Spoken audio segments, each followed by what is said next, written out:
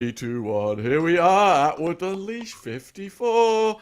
And we have got 4 hours on YouTube tonight. It's not a Patreon section. 4 hours. We're going to be going from 6 p.m. UK to 10 p.m. The main themes: Savile, Musk, and now we've just added the guy who's going viral all over Twitter, Johnny Depp. Let me pull up the Johnny Depp story. Where the hell is it? There we go. What is Have happening? you not seen the Johnny Depp news? No, Ash was going on about it, and he said, "Do not turn up without knowing about the Johnny Depp news." So what is it? Right, I'm just pulling it up. Hold on. Johnny Depp news. He's in trial right now, isn't he? Over. Yes.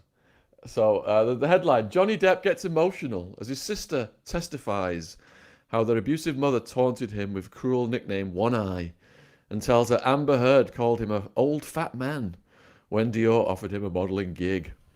So his sister Christy took the stand in the defamation trial to describe their troubled childhood. She testified for her brother and told the jury about the upbringing in Kentucky by his high-strung mum, Betty Sue Palmer, and peaceful dad, John Christopher Depp. Father was a kind, patient, loving, gentle man. Our mum was the opposite. Very high-strung, very nervous, anxious, angry. Johnny Depp at times looked at the floor as his sister spoke. He appeared to be deeply moved as she recounted their childhood together. Asked what Heard would say about Depp's physical appearance, Dombrowski said she would call him an old fat man. You just called me something similar before we started, Sean.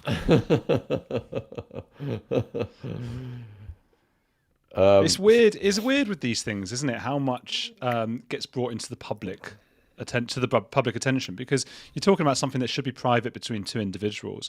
There was recently, it was about 6 months ago. Do you remember? It was that actor. Oh, you won't know the actor, but there was an actor, the guy who was in Wimbledon. I forgot his name. British guy, and he had exchanged some texts with Johnny Depp where he jokingly said things like, "Oh, you should burn the witch" about Oh Amber my Heard. goodness. Yeah, but that's the kind of thing that people say among friends, and then he then had to have that published to the world what he had said, and I thought that's not really fair. Your private's supposed to be private, isn't it? Everything comes out when you go to court. And his sister was asked if there was an occasion when Amber Heard was not nice to Johnny. She said there was one that had really stayed with her. They were at Depp's office, and Christian Dior had called saying they were interested in working with Depp. She said Johnny told Amber they were interested in him. Her reaction to that was she was in disbelief and disgust. Because she said, Dior, why would Dior want to do business with you? They're about class and style, and you don't have style. It was insulting, kind of taking away that one moment that it was. I've seen the insults multiple times, actually. Asked what she would say about his appearance, she would describe him as an old fat man. Wow, a lot of slinging of mud there. Yeah. In the courtroom today with Johnny Depp going on right now. It's trending on Twitter. But let me just give you the lineup, because we're about to bring our first guest of the night in, and he's one of my all-time favorites, Jasun Horsley. And his book is The Vice of Kings: How Socialism, Occultism, and the Sexual Revolution Engineered a Culture of Abuse in 2019. So he's going to be talking about the secret culture of Savile's criminal life in the context with the teachings of Aleister Crowley. From 6:30 to 7:30, Gloria Masters is a speaker who suffered horrendous abuse. I've just been reading the 8 pages that were sent over, and oh my God, I cannot believe what we're gonna.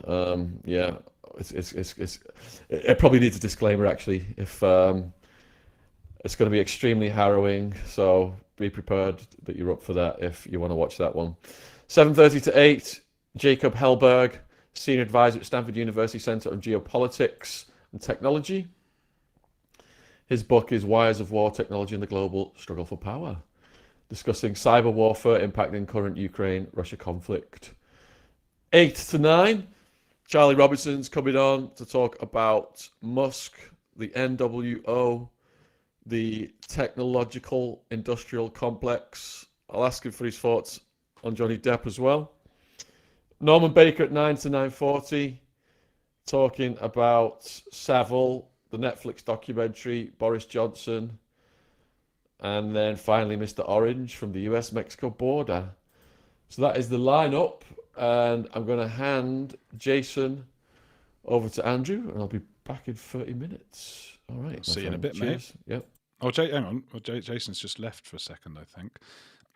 So I'm not going to pop him up yet. Oh, I'm Sean's back. back. So, and You're back. you've watched the Savile doc, haven't you yourself? Yeah, I have, unfortunately, because it doesn't make for nice watching. What do you and think about him nobody comes out. crossing? What do you think about him crossing his fingers? The corpse is yeah, found well- with his fingers crossed. How scary is that? It makes you think about death. Like I was saying to you before, wasn't I? That you sort of you think about death as something that's gonna just suddenly happen and you're gone. But with the crossing his fingers, that was really like, oh my god, he knew. And I wonder, does everyone know? And I don't want to know. It really stood out to me. That. All right, let's bring Jason in. He's going to pick up with Jimmy Savile. All right. Oh. Hello, Jason. Welcome to the show. How you doing?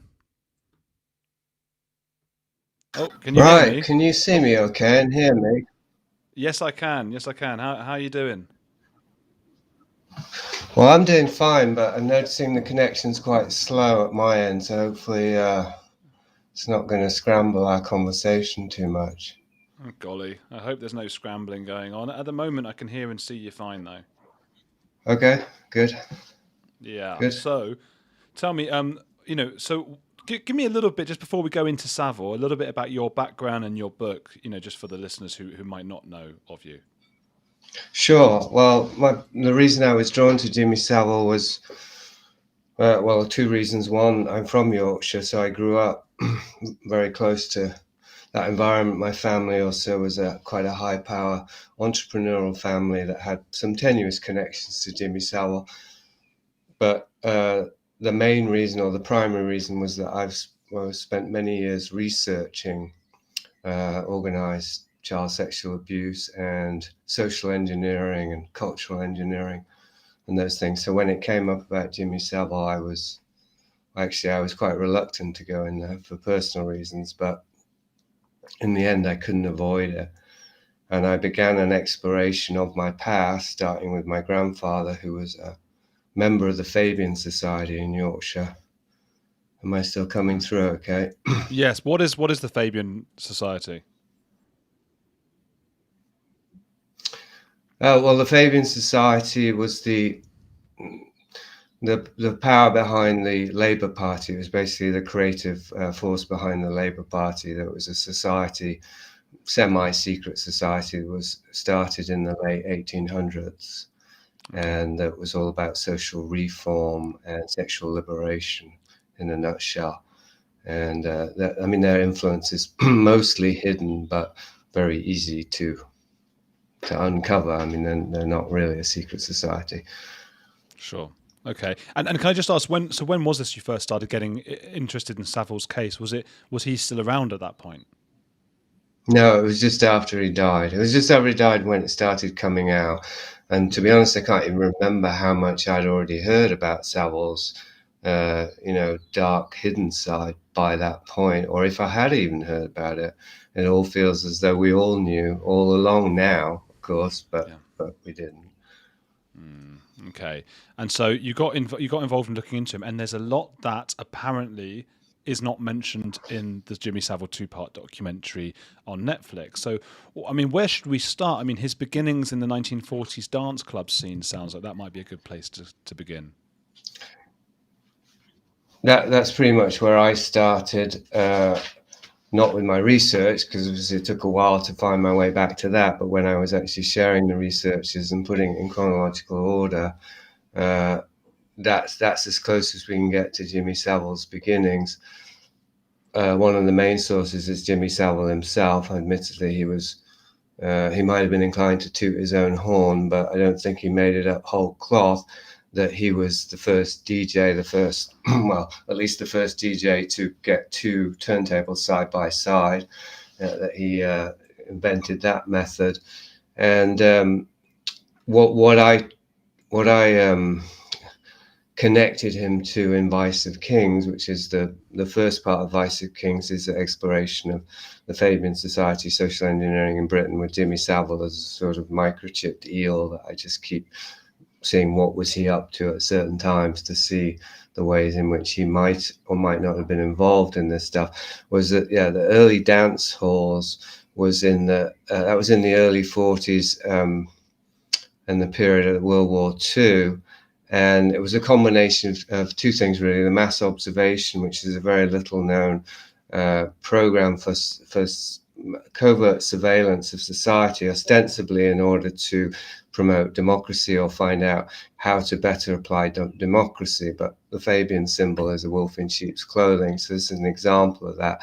And mass observation was dedicated to observing the working class in their own environment, in order to better get a handle on them, let's say. And one of the it began in the late 30s, but I think it was partly, or maybe even largely, a reaction to the general strike in 1926, which was the year Jimmy Savile was born, coincidentally, which is when the whole the gears of British society ground to a halt because the working class were unified in striking.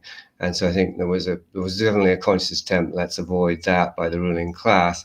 So that would have been one of the motivating factors. But anyway, the mass observation was set up in the late 30s, and it involved, as I say, observing the working classes in their own environment. But then also, I think it's connected to creating environments in which it would be more possible to observe the general population. And so this was when the dance halls came in. I'm not saying exclusively for that reason, but it was related, as well as the creation of patriotic songs that would help the war effort, that would help inspire people to sign up for the war. So propaganda, essentially through dance tunes. I mean, this is public knowledge, nothing secret about it, but it very clearly converges with the creation of the dance halls. And this was Jimmy Savile was in his late teens when this was gearing out in the middle of World War II. And then 1947, that's when he claimed that he really began DJing when he was 21.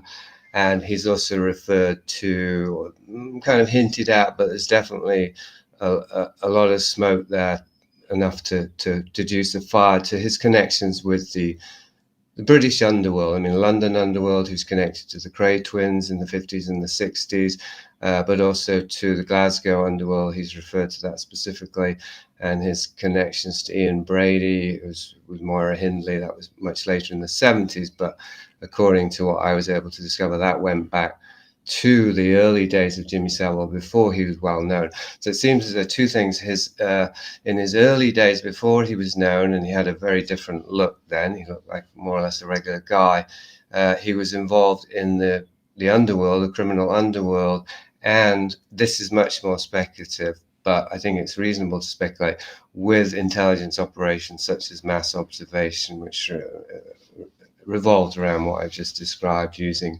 the dance club scene, which in terms of crime, there's obvious connection there with drugs and prostitution. But then in terms of intelligence gathering, whether Jimmy Savile was, at what point he was recruited, that's my theory, by intelligence services, is one can only speculate, but he was in the right place at the right time. It's reasonable, even necessary, to deduce that based on what came out in the subsequent, what came out in 2012, but what we know he was up to in the 60s, 70s, 80s, 90s, and 2000s. So yeah, none of that was in the Netflix documentary, not even a whiff of that. And do you think there's a reason for that? Do you think they're trying to hide this background, especially the intelligence service trying to protect themselves a little bit? Or was it just a case of, there's only so much time in a documentary, there's only so much space?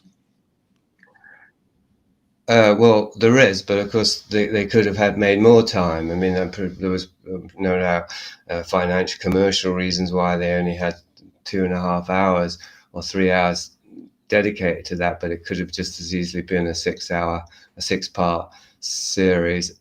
Maybe they were assuming there wasn't enough interest, just at the financial level.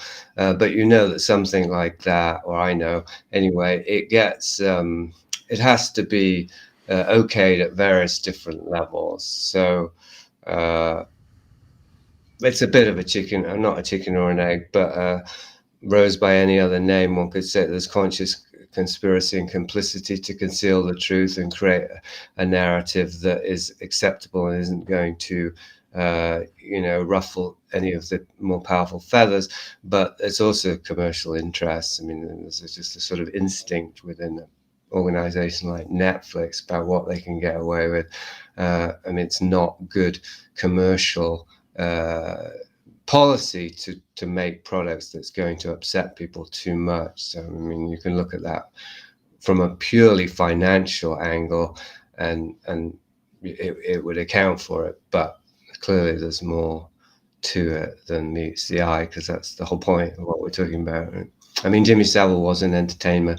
He made his name in the entertainment industry, and of all the institutions which I don't know if any of them were named per se, well, the BBC must have been, that enabled him, the entertainment industry was his primary enabler.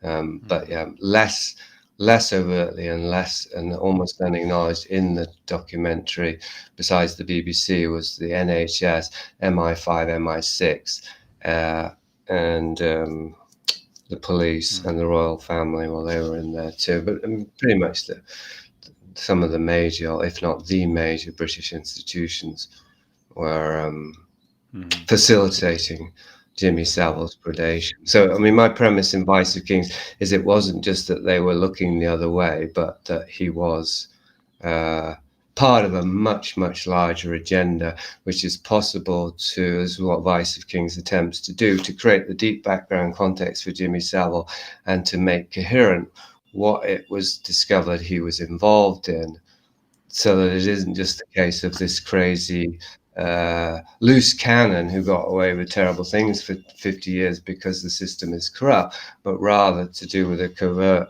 socio-cultural agenda that had many, many players and many, many institutions. The Tavistock is the most well-known in conspiracy circles, and he was simply one of the most visible tentacles of that octopus. And is this a suggestion that the intelligence service and also the underground world, the underworld, were all of these people aware of his inclinations, of his, what he was doing to children, for example? Yeah, well, that's very much the point. It's not about being aware. It's not merely being aware of and looking the other way. It's that that was his primary function and purpose, was as part of a larger institutionalized form of child sexual abuse, which wasn't merely about, or isn't, because it's still going on, isn't merely about gratifying the sexual depravities of deranged individuals. There's an actual purpose to it in terms of sociocultural engineering, which is enormously complex. But I mean, I actually made some notes before today because I knew that we would only have half an hour, like how to sum all of this up. I mean, a lot of this is dates and names and things in case I had time for that. But the main thing that I would try and describe or map with a few bullet points is this consistent agenda from, I mean, actually I date it from when Jimmy Savile was born, because it was so soon after that. I've got the London School of Economics and the Commonwealth Fund, which was Rockefeller backed. They began training psychiatric social workers for child guidance. So that was in 1926. And they specifically targeted mental defectives. And the year after that, Child Guidance Clinic was created in Islington, which later became the Tavistock Institute or Tavistock Clinic. But see, now in Islington in the 90s, it came out that Islington was a hotbed for childcare homes that were residential, and where the children were not only being sexually abused, they were being transported by taxi. They were called Jimmy taxis to different homes of different, we could say pedophiles, but child predators.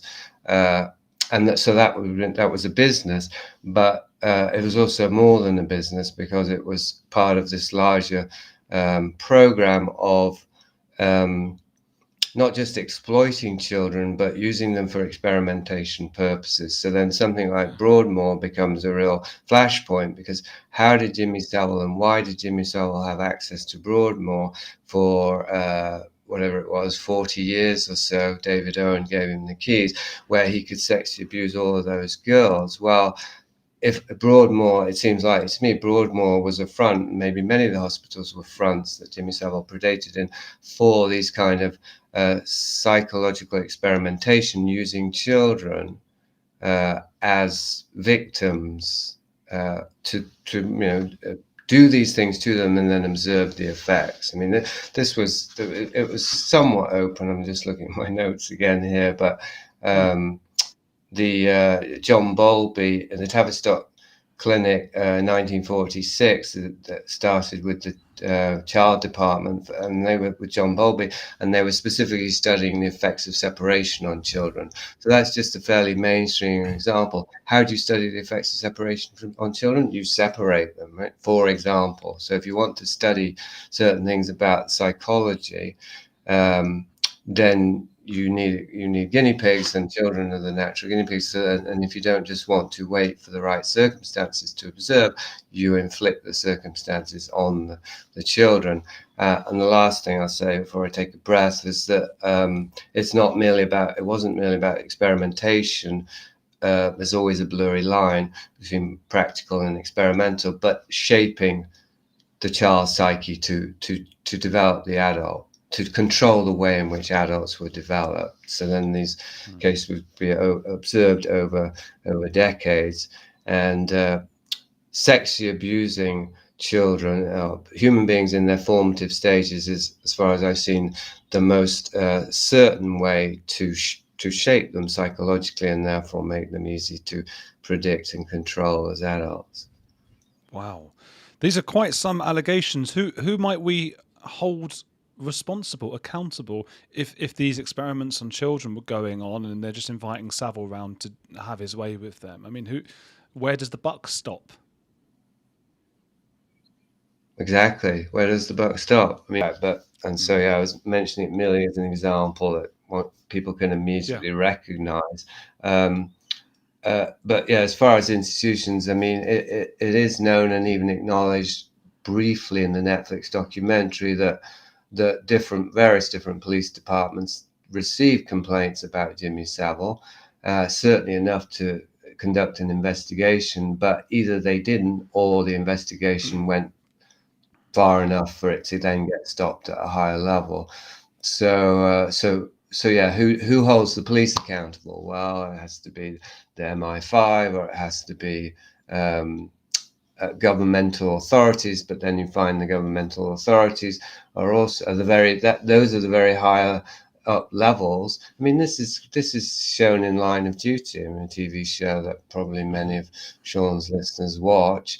It's not exactly a whistleblowing show, but it does refer to Jimmy Savile and these kinds of rings of child abuse, and it clearly indicates that every step of the way, once they get too close to the truth, somebody at a higher level comes in to stop it. I mean, of course, it's simplified for a TV show, but nonetheless, I'd say that's a fairly accurate representation of how the pyramid of power keeps everybody underneath it.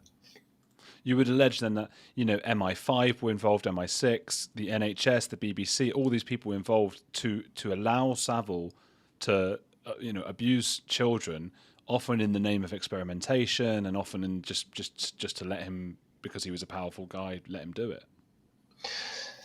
I was going to say that. I think, I mean, what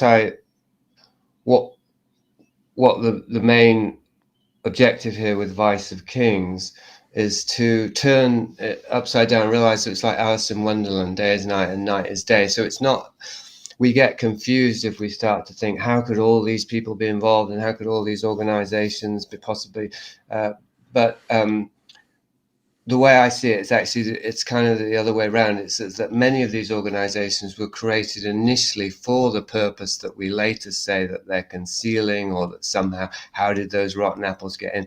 But actually, so say with Broadmoor as a more smaller example, you create a location, or you use a location for the experimentation / abuse of children, and then you disguise it as a mental hospital for helping wayward or lost young girls, right? So then so then when we look at it and we think, how on earth could all those people have got corrupted, or how could they look the other way? How could this happen? Well, it was never the thing that it was pretending to be in the first place. So the question is the wrong question. The question is, how could we have let ourselves be fooled? How could we be so naive about the institutions and of power?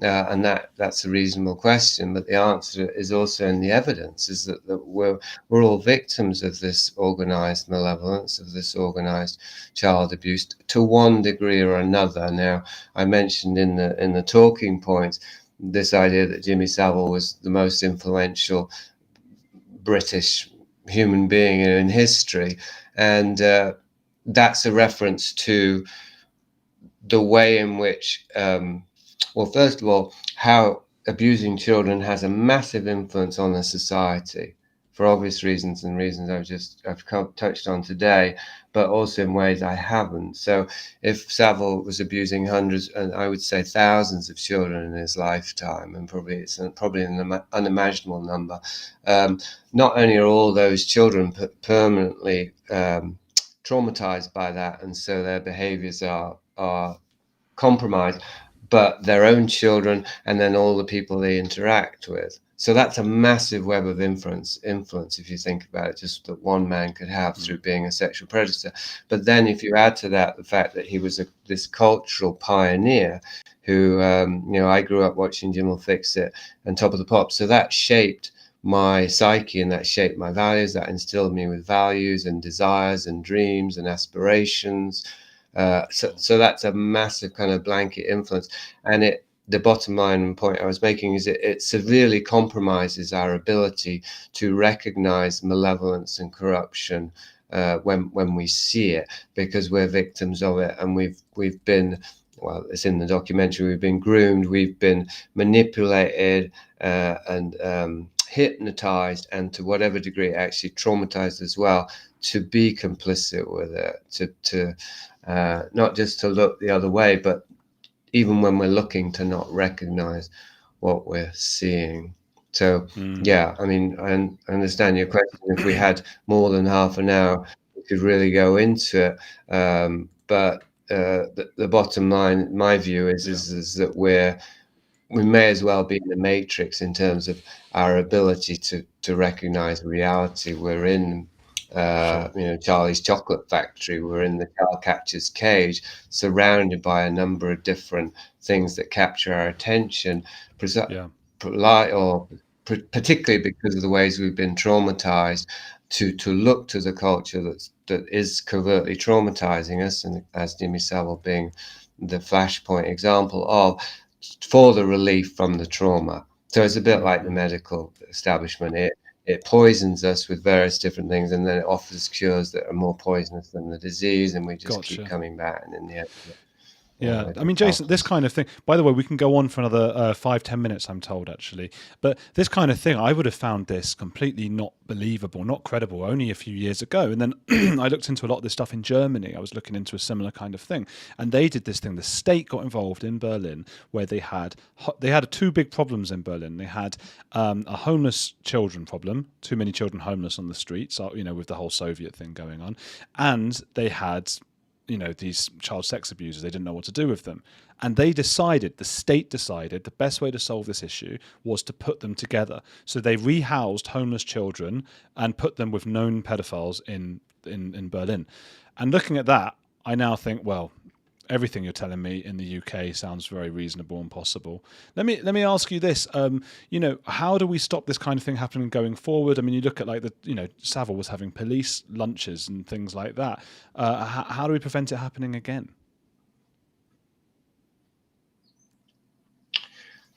Well, I think the only way, and I mean, because this is inseparable from why people stay in the dark, why people don't really want to see, and why, as I said, a Netflix documentary is not going to reveal the truth to people, partly because people even don't want to see the truth. So it would be bad commercial acumen to try and rub their noses in it. So if you think of parents who with their children, they don't dare to send them to care homes, they don't dare to send them to schools, they don't dare to send them to hospitals or leave them unattended. the more they find out about the way the system is, the less confident the parent's going to be in trusting any of these institutions. And so there's this complicity to actually look the other way, because the alternative, which is what I'm getting to, the only really alternative is to abandon society completely. To take your kids out of schools, take them out of the hospitals, take them out of the care home, take them out of society, take them off their smartphones and their computers, and go back to nature, go back to the land. I don't really see how 8 billion people can do that, but I don't think 8 billion people are going to want to do that. I think most of these billions are signing up cities and for the microchip and all the rest of it. So we're heading to the kind of society that Jimmy Savile is just one of many instrumental agents in creating, a traumatized human society in which we volunteer to become insensate, to become batteries in a huge artificial superorganism. That's the way that I see society going, and very, very fast. So my own policy, and I don't have children, but my own policy has been to leave society incrementally and to get back to the land. I think that to try and change society and to try and reconfigure it in a way to prevent these things from happening again, which is the wrong language, because they haven't stopped happening. They are just the nature. It's like if you're a fish swimming in toxic ocean, the toxins are everywhere. You can't start trying to separate the toxins from the ocean. You just have to get out of the ocean and find a clean pond. That's the only option. So I think that to try and change the system from within, that's very central to the way it traps even those of us who are becoming more conscious of it. This desire, somehow we can fix it, but this to me is why it's necessary or useful to trace back the malevolence, the organization of malevolence. There are figures that I name in my book, such as Bertrand Russell. I mean, figures that are just huge cultural influences that are seen as benign and humanitarian. They're pillars of our society, and they are as rotten as the society that they're holding up, because this has been planned for maybe centuries, but certainly a couple of 100 years. We can trace back the plans to create the society we now have in, and organized child abuse is central to it, incredible as that sounds. Therefore, I say you have to throw out the baby with the bathwater. There's no way to save the baby except by throwing out the bathwater. So if the baby dies, well, it was going to die anyway.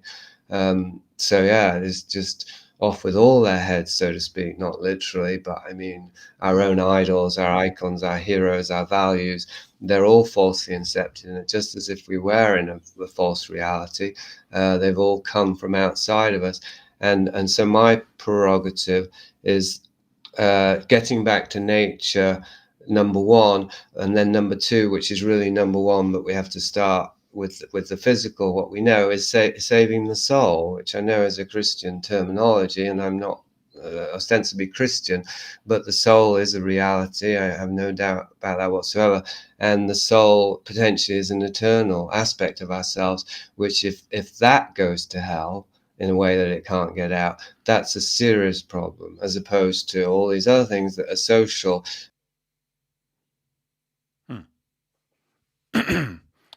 Have I paused or has he? I think it might be him, actually. That's a shame. Oh no, it's all frozen. And unless we get him back in the next few seconds, it might do for Sean to come back in and okay, I'm fine, Ash tells me, so I'm here. Well, I've got your attention, don't I? There's not much I can tell you because Jason was explaining it all so brilliantly. The one thing I was going to ask him next was, and he was not probably going to agree with this, was whether we have some reason to feel a little bit optimistic about the future. I know we like to be all doom and gloom, but I know that, over decades past, we didn't even have the P word. People just said, what did they say? Like naughty, old, dirty old men, things like that. Nowadays, people are a little bit more aware. I don't deny that these sort of horrible things do go on still. But we caught that man whose name I shouldn't say, J.E., the initials. That stuff still goes on, but at least we are a little bit more aware. The Me Too movement came and, changed things a little bit. So Ash is saying Sean is coming in a second. So I don't know. I think things are a little different, and I'd like to think that we couldn't, that kind of thing couldn't go on to that extent. But maybe I'm naive. Maybe it still is now. I'd like to think that Savile, I mean, the reason we do these huge documentaries about him and talk about him so much is because he was such an outlier, or such a huge name and such an unlikely, and well, at the time it seemed unlikely. And when you watch it back, you're like, how didn't they know? Bloody hell. But, you know, again, I might be being naive here, and they'll show this clip in a year when about 10 more celebrities are found out for being involved in these kinds of hidden cults and things. But still, that was very, very interesting from Jason. I was fascinated. And I know a lot of people it's bigger than ever before, Nosferatu says. Well, maybe it is. I don't know. Well, I'm not involved in it. But we didn't cancel him. He had bad internet. We didn't cancel him. Hey! Oh, you've just gone. Did your microphone pop out? Has the wire popped out of your microphone? How's that? Oh, that's better. Yeah, excellent work, man. That was absolutely fascinating. Jason has just got a wealth of knowledge on that subject, and absolutely mind-blowing. I'm just looking at the chat. The chat's been really lively. If people do want to join the chat, we did get hacked. There was a hack attack at lunchtime. So to join the chat, we've set it whereby you have to be a subscriber to the channel, and then you've got to wait 1 minute. So if you are watching and you're not subscribed to the channel and you do want to join the chat, please subscribe to the channel and you will be allowed to join the chat within 1 minute. Also, all of Jason's links will be in the description box below this video. He's a fascinating character. He's got an oeuvre of books that you can check out if you want to get really deep into his work. Yep. And whatever website or socials will be down there as well. So thanks for that, Andrew. That was excellent. Cheers, mate. If I could just shout out my channel, because there's quite a lot of people in here. On the Edge of Andrew Gold, come check it out. Got a big live tomorrow with Lloyd Evans, former Jehovah's Witness. It's all kicking off. Jason's back in. Go on, Sean. Hey, Jason, can you hear me? Can you hear me, I can. Sorry about that. It's all right. We're just moving over to the next guest. Are you okay just to tell the viewers where they can find you and support you and get your books? Yeah. Too bad I got cut off when I was giving my soul talk. Oh, we'll get you back. We'll get you back if you're up for it. Thanks. Yeah, thanks anyway for the opportunity. Thanks for coming on. Do you want to tell the viewers where they can find you online or get your books?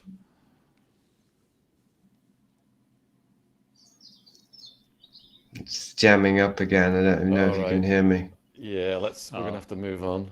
All right, Jason, we have to move on. Let's get the next guest up. I'm going to bounce you off first. Yeah, do you know what? When do you want me back in? So you consult Ash, and I'm going to move on to the next guest. All right, mate. Cheers. Have a good one. All right, cheers. All right, let's move on to Gloria Masters. Hey, Gloria, thank you very much for coming on. How's it going? Yeah, good. Thank you. It's 5:30 a.m. here in wonderful New Zealand. Oh, my goodness. Aotearoa. Well, we really appreciate you getting up and spending time with us. And this is just such an important story for people to hear. Just a quick disclaimer, because of YouTube community guidelines and stuff like that. If you are averse to hearing a harrowing story of things that have happened to Gloria as a child, then perhaps this is not for you. Otherwise, be prepared. It's a very important story, but it's going to get dark, and there's going to be some graphic content. So that's my disclaimer out of the way. I've gone over these 8 pages that you've sent to me, Gloria. We salute you, and it's really brave what you're doing. Can you just tell the viewers a little bit about you, and how your life started? Yeah, thanks. Hey, thanks for hosting me, Sean. Really appreciate it. Welcome to your viewers. So, look, I was born into a family where child sex transporting was kind of considered the norm. So, for the first 16 years of my life, I was trained and conditioned by my abusers, predominantly my father. Antithesis of what that actually means for all the wonderful dads out there, to to actually perform in many varying ways and through many different venues. So, you know, I was leased to gangs. I was performing in a strip club up in our red light district in Auckland. I was transported to various working men's clubs throughout New Zealand and the North Island. I had forced abortions on me as a result of what I went through. To be honest, Sean, just really grateful I made it through. And decades and decades of therapy, which is why the hair's white, and I'm now ready to give back.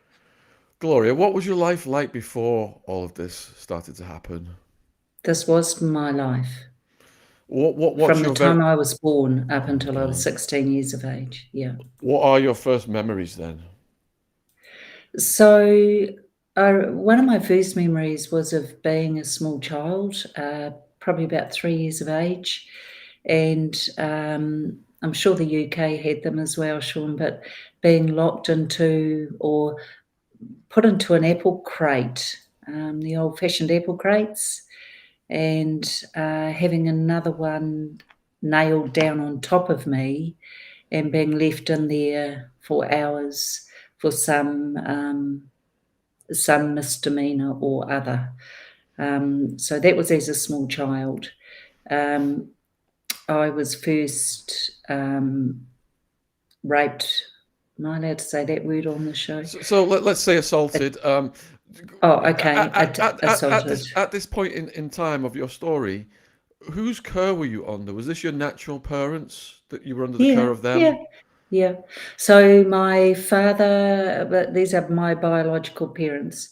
My father was my key abuser and fed into some very big pedophile rings in New Zealand at the time. So we're going back to the 1960s, early 70s. Okay, I've also got I've got a restriction on me by the police in the UK now, whereby they've required me to ask all guests who've got stories of this nature to confirm that they waive their anonymity because of the nature of this.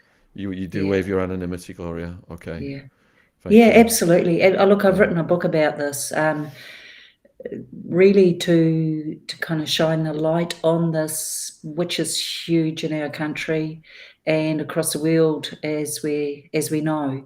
It's what I call the silent endemic, and really we need to start exposing this and have more conversations.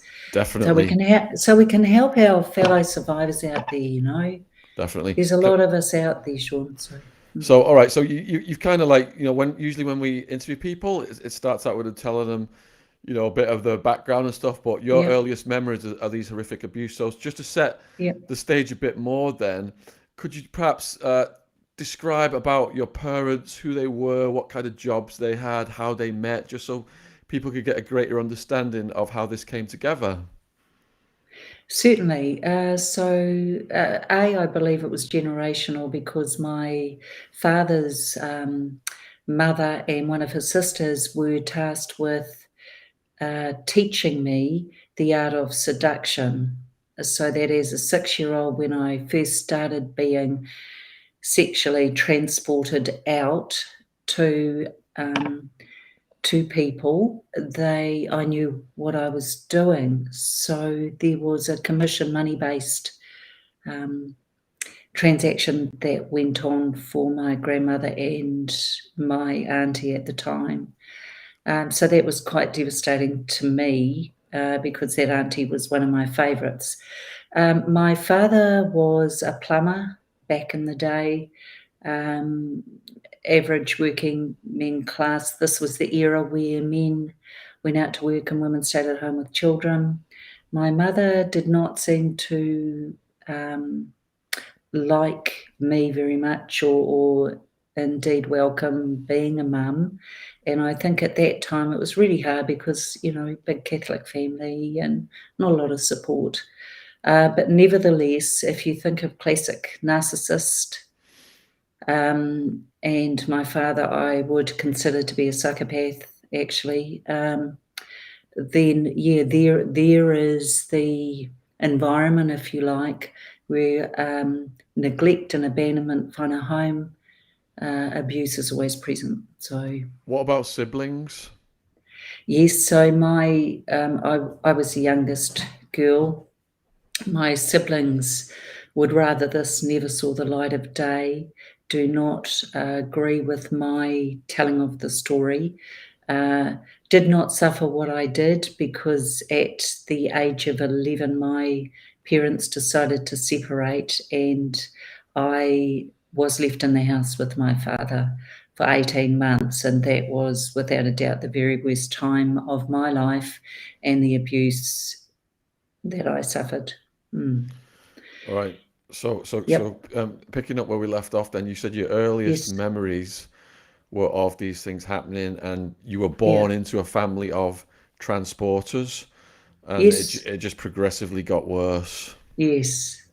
Yeah. I think the most scary time or times for me were being leased to gangs over weekends and for specific events. So being a young underweight child and deliberately kept underweight, so food was a very big luxury for me growing up. It was, pretty frightening and traumatic. And, again, just grateful to have made it through, but also highlighting that this does go on in New Zealand. This has not changed in New Zealand. And we have people alongside the UK and America where this is known to be going on and nothing really changes. So I'm one of the people who wants to shed light on this. What were the nature of these gangs, and how did that come about? Well, because my father was involved in several abuser rings, I can't say the actual term, because of that, it meant he met a great deal of people. So when one of the gangs who was connected with one of the clubs in New Zealand came in, he was able to say, well, look, I can provide this child to you. So yes, yeah. So were these biker gangs, or what Yes, type of gangs? yeah. Biker gangs. Big gangs still existing today. There were only 3 gangs in New Zealand back in those days. Yeah. And then what happened when you ended up with the gang? Okay, I don't know how graphic you want me to get, but we got to be careful how we phrase things. Yeah. Definitely, yeah, certainly. So look, I guess the interesting thing about that was because I was so young and scared, I was just shaking, and I chose not to look these big, scary men in the eye. So they put me on the block, which is a typical gang ceremony or initiation that they undergo, which is hands and feet tied to 4 corners of a table, and then they would get into a line and just have a go. So yeah, and how did you block that out, like mentally? Oh, look, to be honest, and survivors know this, it's dissociation, Sean. You cannot stay in your body and experience that. You will have heard that many times on your show, I'm sure, but yeah, dissociation was my best friend through those years. I was also drugged and made to drink a lot at the time. So for me, partly they just found it was easier if I had been given mind-altering drugs or some type of alcohol, so that I wasn't so so difficult for them to abuse. As a young, skinny kid, did you think that this could have, you could have not survived? Perhaps you could have died? Oh, well, that's yeah, many times. Really scary, really scary. To be fair, the biggest monster in my life, and I call him that in my book, it was my father. So he would come up with varying other additional forms of abuse and torture, actually, because that meant in a sick abuser world, beginning with P, the P groups, they were, you see, they'd pay more money if there were different acts added. So I was trained very well by my grandmother and by my auntie. And I learned, actually, Sean, one of the things we do as a trauma response is, the fight, flight, freeze. Well, there's a fourth one, and it's called fawn. And I learned actually to fawn. So I would try and attract the eye of a gentler kind of pedophile, believe it or not. And sometimes that would appeal because they didn't necessarily want to hurt me as badly. So for a lot of these men and women abusers as well, we need to not just have this on men. They were, I could perhaps in my own childlike way gain some control. I know that seems laughable, but it was all I had. I had to survive, so I found some ways to do that. Yeah, that would be like trying to get the situation reduced slightly, wouldn't it? By finding someone who wasn't going to be. So okay, so Quite so you were born into this then, and it's absolute hell. Yeah. And how, you've got this survival mechanism that's kicking in, but was there a sense that because you were born into it, you didn't understand how abnormal it was? Yeah, and I think you've coined that. Yeah, I thought that was normal, except for the threats of death and absolute horror if I ever spoke of it.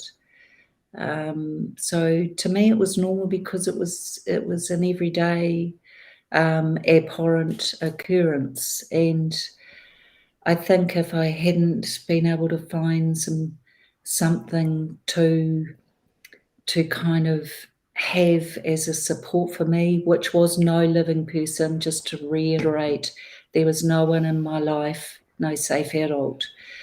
So I kind of turned inward, actually, and I found little angels around me as a child, and I think that kept me sane, really. You said there were several times that you were under threat of death. What Yeah. situations had arose to cause it to climax like that to the point where they were threatening to kill you? Well, there were times where these abusers were so drunk or so off their faces with drugs that they didn't always know quite what they were doing. And there were times where my father in particular would beat me so savagely using, it was the old-fashioned big beer bottles back in the day, and kind of attacking me with that, and your viewers will fill in the rest. That and then leave me there, so I could be lying outside all night or tied up like a dog out on the back deck all night, and he would come out in the morning and forget, or what the F are you doing there? I'm not sure what I can say on your show. Yeah, But just keep what it. what are you doing there? Why are you making a fool of yourself? And I think, oh my gosh, you tried to run me over in the car last night, and he couldn't remember. So we're talking severe psychopath, we're talking abuse, torture, absolute psychological torture. Did any outsiders try to intervene in your favor? Were the hospitalizations, doctors, nurses, social services, police at any point? This was the time in New Zealand, and New Zealand was always a wee bit behind other countries. Sorry, fellow Kiwis, but it's true in this type of thing. You see, it was in the 1980s before police got involved in another man's business. So what I mean by that is, for instance, with domestic violence in New Zealand, police would not willingly knock on a door and get involved because that was considered a man's home was his castle. So they took a lot of- I used to stay at school as long as I could. I never wanted to come home. In that time that I was left in my father's house at the age of 11, I had no other family around me, so I would hide at school. I would hide in the toilets. I would hide on the school grounds, and the nuns would come out. They would always find me, and they would always make me go home. But no one ever asked any questions. No one ever wondered why. What about school teachers or friends you had at school? Were they wondering what was going on? Well, we're talking late 60s, early 70s. No, people didn't get involved. And to be fair, and it's true today, I believe, if you stand a child and an adult in front of people asking questions, the adults will always believe the other adults. So it's true. Children are not believed if there's an adult standing there saying the opposite.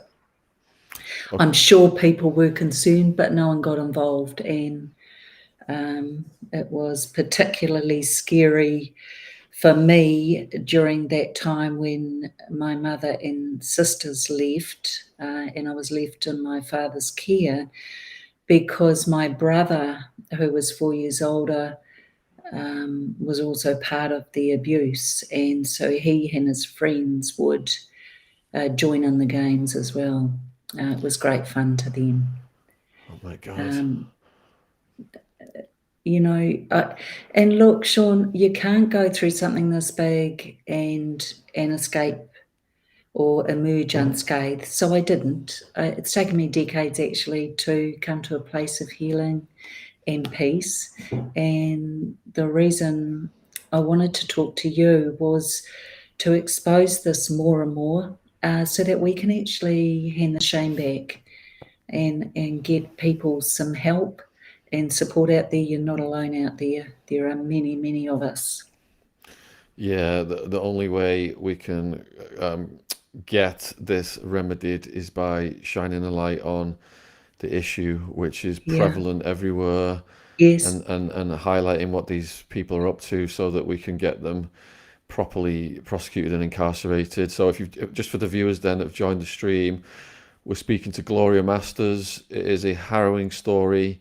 Gloria was born into a family of human transporters, and so far she's talked about abuse from the family members, from being transported out to gangs, and the next part of the story is that they then started to use you in a gentleman's club and pornographic movies. Do you want to expand on those, please? Yeah, look, and I'd love to say the name of this club. I've been advised legally not to. Yeah, let's not. It's one of the biggest groups in the world. Actually, they'll have the video shut. They'll have the video shut down if we. I can't use them, but they are well known to everybody globally. So this particular group used to have a monthly meeting, and depending on where you were in the hierarchy within that group, you had access to children that were brought to these various places for them. There was quite a symbolism, quite a ceremonial type activities. I can't really go into detail, but stay away from that. Fair enough. Anyway, but that went on, and as a result of that, there were, I have to say, there were police that knew of this. Pretty sure we're talking fairly high in our political system at the time as well. This is not new across the world either, I believe. But but we had that. So that was something that went on. Pictures and back in the day, they weren't videos. They were the big old projector reels and the big old whirring machines. I remember them vividly, but the nightclub and the strip club they leased me out of, I was hidden away in an upstairs room, but it had a main stage where other women at the time would dance and perform and cavort for the male punters. So it wasn't really too far from then before images and filming would begin. I was in well over 100 of these. I believe police think they may have reached the States. The reality is they couldn't find them. Look, some of them could be stored here still in New Zealand, although we know we've now moved to not just video, but much, much more comprehensive digital imaging and pornographic material of children. So look, they're out there. That was terrible. They used to make me drink things. There were other children involved at times. It was always just a nightmare, really, as you would imagine. And again, I would try and sidle up to or attract the attention of a gentler, softer-natured abuser, because I was hoping that then maybe I wouldn't get too badly hurt. So you're saying that there was kids and adults in these movies with you?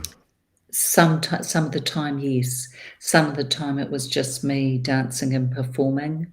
Some of the time it was other children and having to perform on other children and children having to perform on me, which, makes me feel like throwing up. So I can only imagine for you guys out there. Okay. But they're out there. The images are out there. The so-called movies are out there.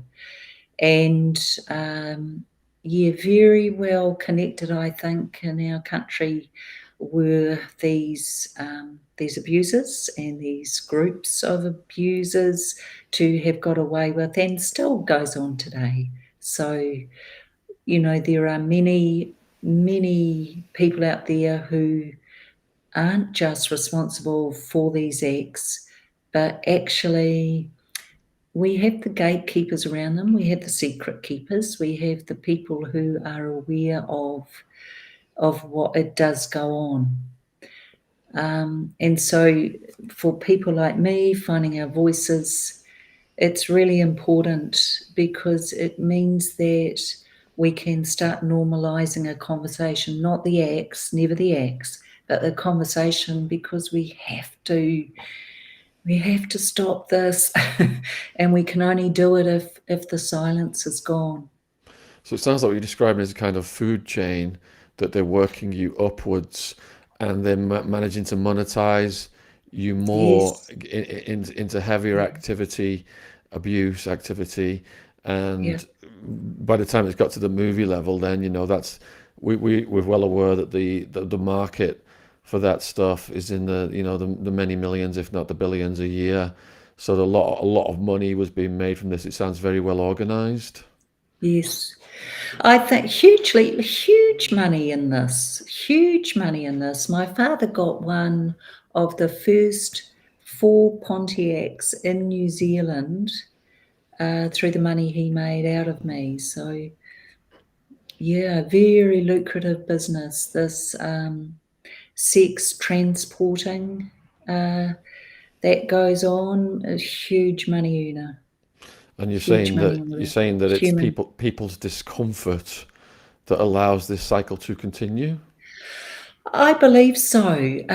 Look, I've got lots of people here in this country that love me a lot, but they don't want to hear about it. It's uncomfortable for people.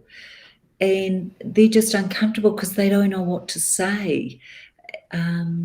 On the other side of the coin, there's these fantastic survivors globally who, we stand beside each other in solidarity, actually, and we support each other's voices because Sean, what keeps us silent is the shame. And the shame is enabled by people who aren't comfortable. Can you see how the cycle then continues? So for those of us that have undergone this, do you really need to talk about it, Gloria? I want to expose it. Yes. It's never going to stop, is it? If people don't speak out, it will never stop. Yeah, it will never stop. So look, there's hope out there, but we have to stop the enablers. I'd love to set up a global campaign actually where you can see as you drive past a billboard in every major country in the world, speak out, you're not alone, the shame never belonged to you, because that's what keeps us quiet, as well as people who struggle with this being true. And I'm not saying that they don't believe, I'm saying that they don't want to. Spot the difference? Yeah, it's such a dark thing. So how many years have you been speaking out about it? And are people who are trapped in these situations reaching out to you? Yeah, so I've been speaking about this much more prolifically in the last 3.5 years. Unfortunately, we don't really have funding to do anything here.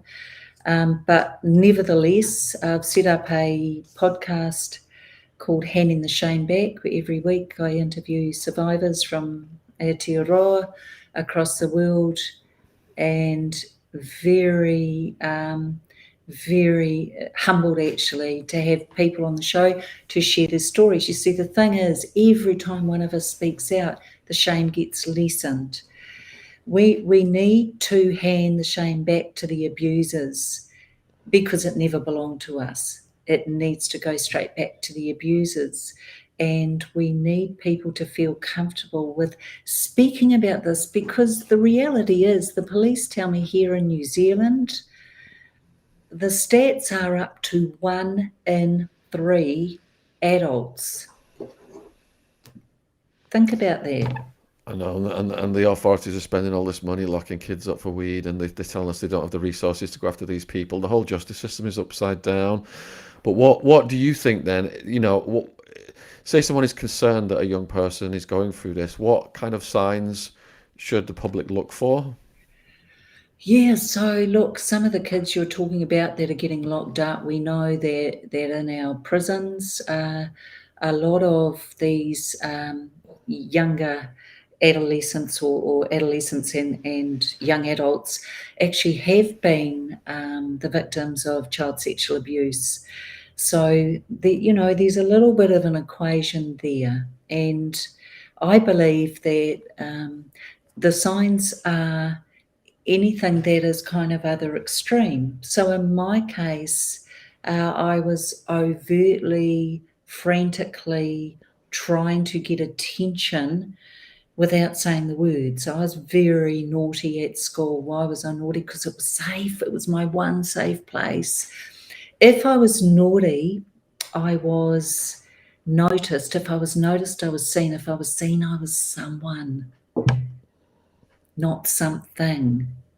When you are transported for sexual advantage to groups who don't give a rat's about you, rather their own sexual gratification, you are an object. In my parents' case, I was an object. To be at school, to be naughty, was to be seen. Yay, someone saw me, I must be a person. So a long-winded answer to your question, but any behaviours that are extreme, acting out, behaviour that has changed. So it might be someone that was relatively shy but actually withdrew completely. Anything that is extreme or changing, has changed a behaviour, is really worth a conversation. Because children are conditioned, and as adult survivors, we are conditioned to STFU, shut the up. We don't speak, and we take that very seriously on threat of death, and a lot of survivors will relate to that. But for our children and young people, that won't have changed. So I guess one of the ways that I like to connect with young people is actually handing them a bit of paper. They may not be able to speak, but they can write. Did you try to escape? And how did you get out of the situation eventually? Yeah, many times tried to escape, always brought back, always brought Could back. you describe some of those times just to take us there? Yeah, so there was one night at my father's home and he had a sex party. So the men would arrive and they would pay a fee. I would be in a bedroom getting ready and getting drugged.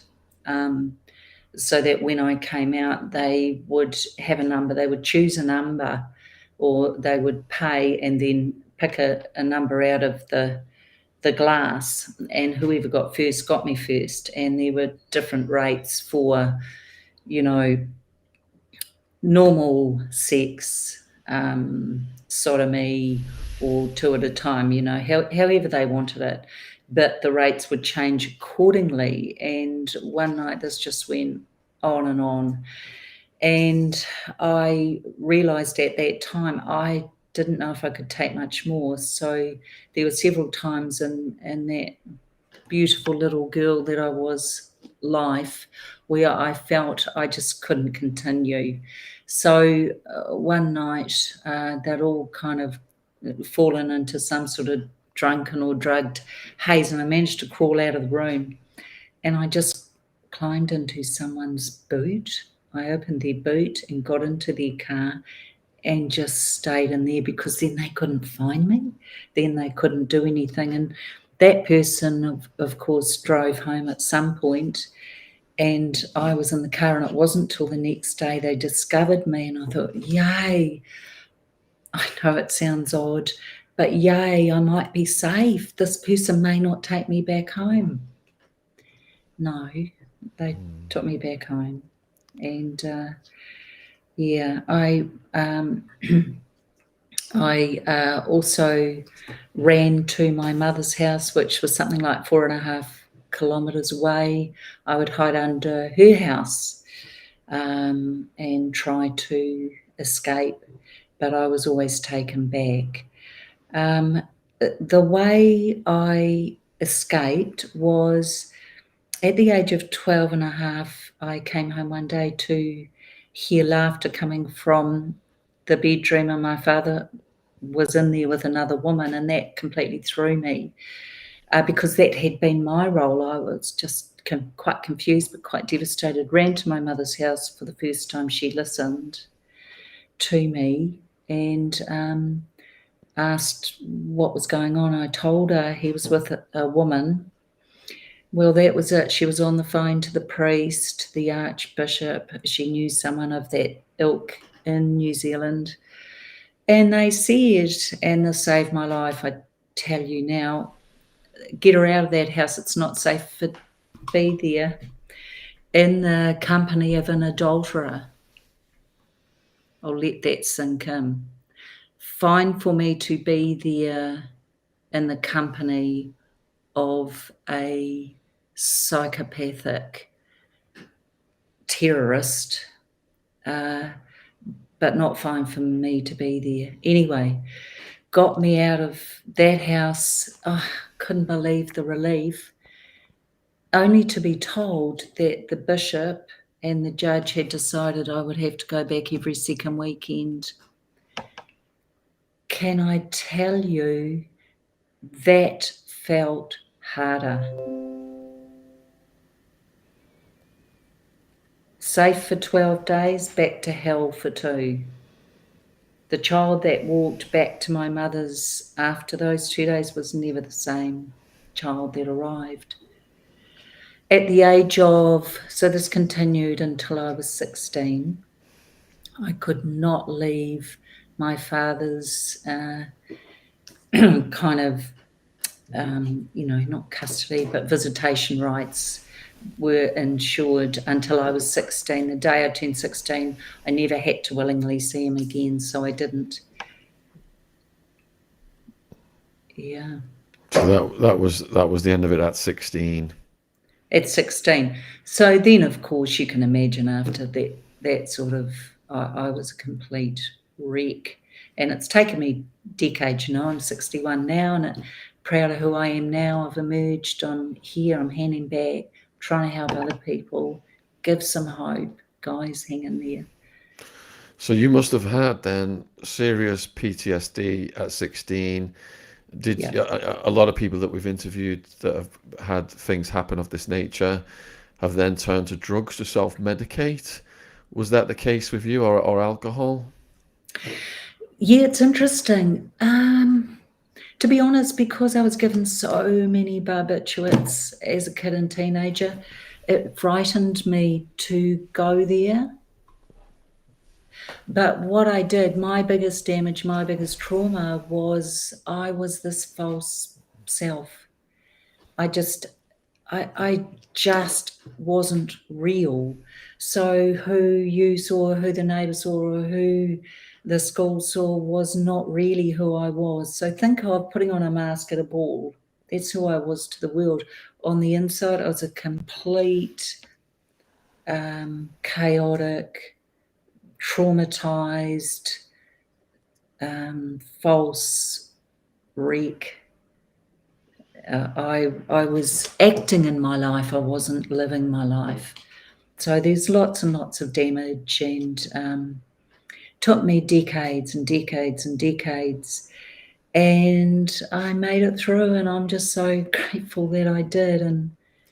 And really, it's a horror show. My story's being compared to that of the Holocaust by someone who interviewed me last year.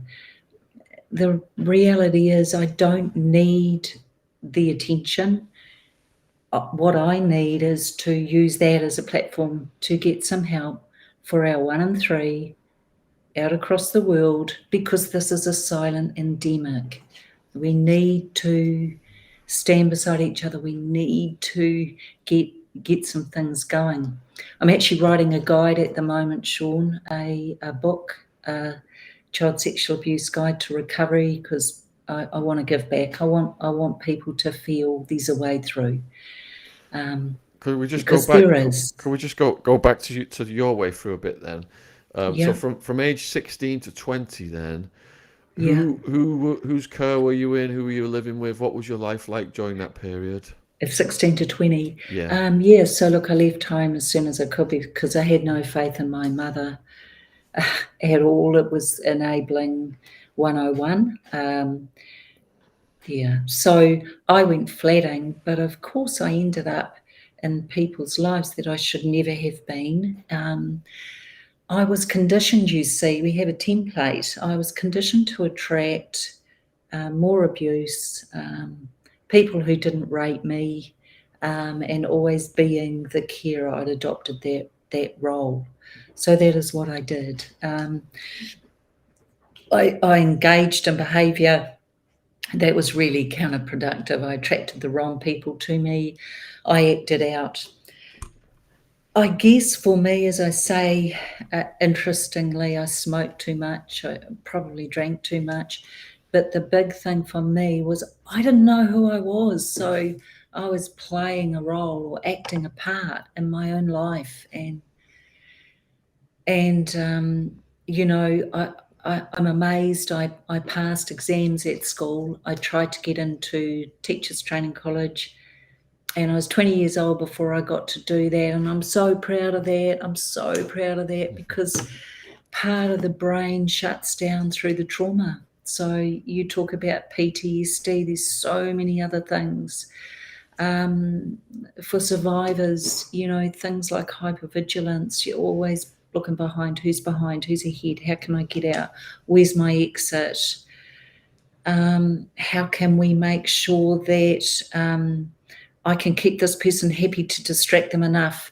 There's all of that stayed with me, highly anxious, highly stressed, highly skilled actually at keeping everyone else happy. Why? Because it kept me safe.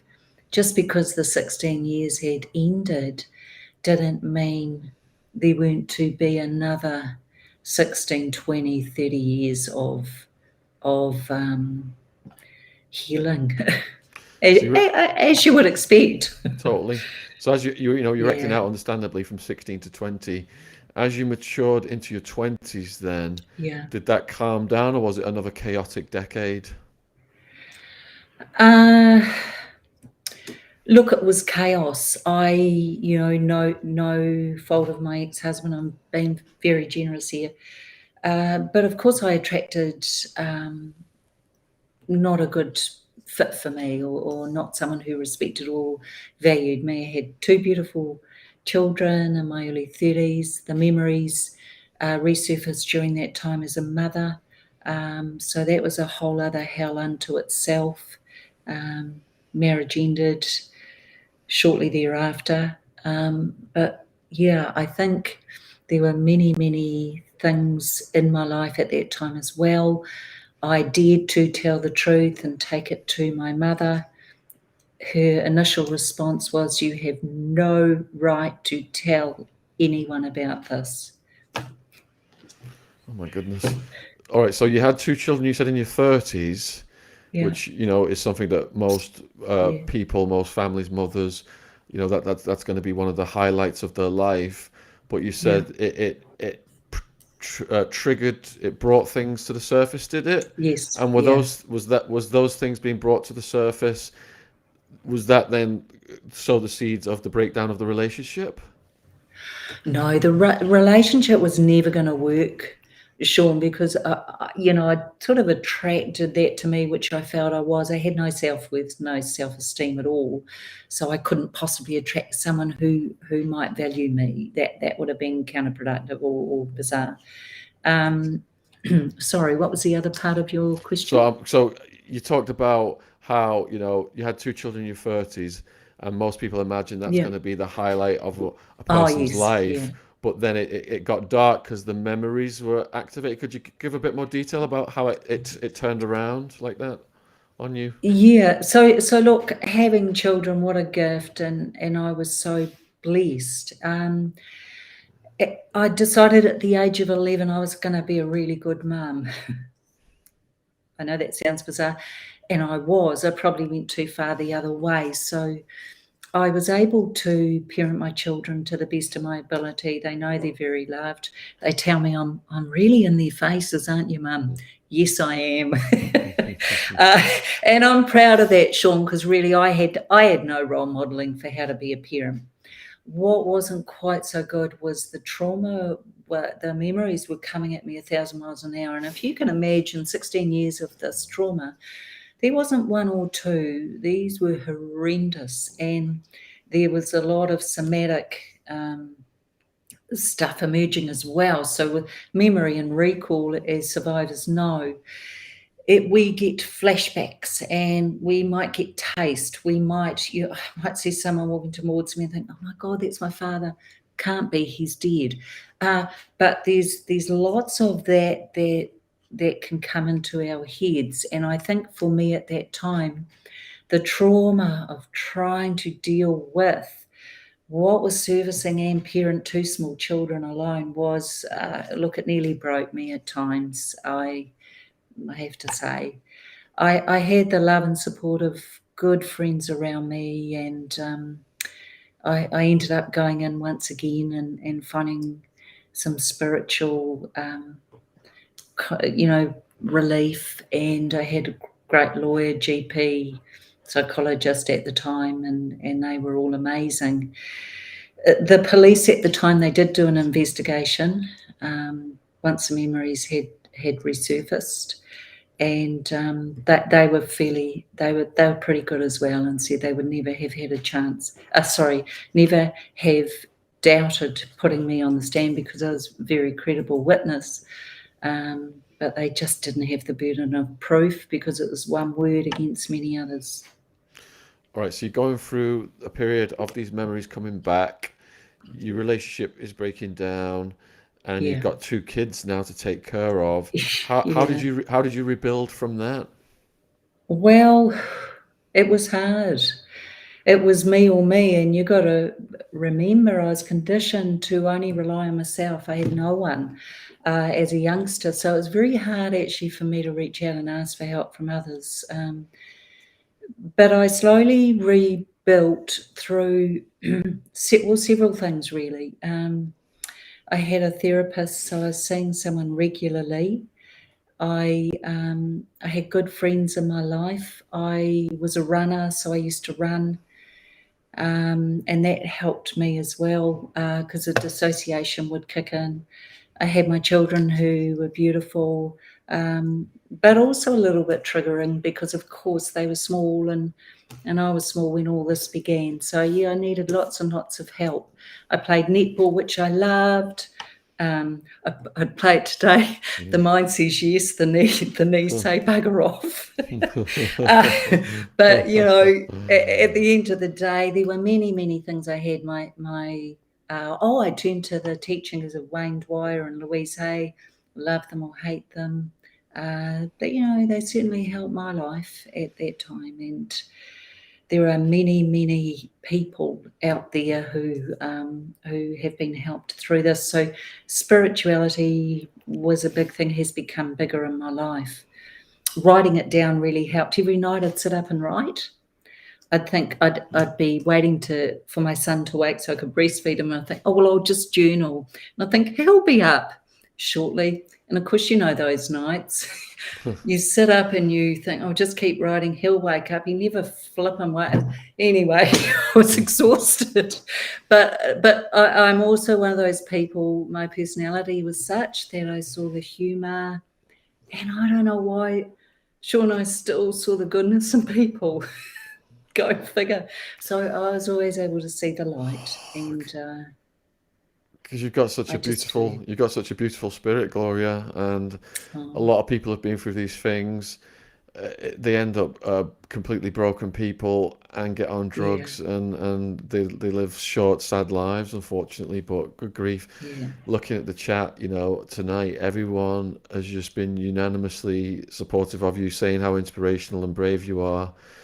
And what you've been through, you know, nobody should be going through anything like that on this earth. And these evil perpetrators of these crimes, this is what we need to do, is to expose what's going on so we can get this stuff wiped out and raise public opinion to the level whereby they demand justice on these people, because we believe there's a misallocation of resources whereby, you know, they're going after low-level drug users and things like that to mass incarcerate young people, and it's the whole justice system's upside down. But we have run out of time. I absolutely salute you.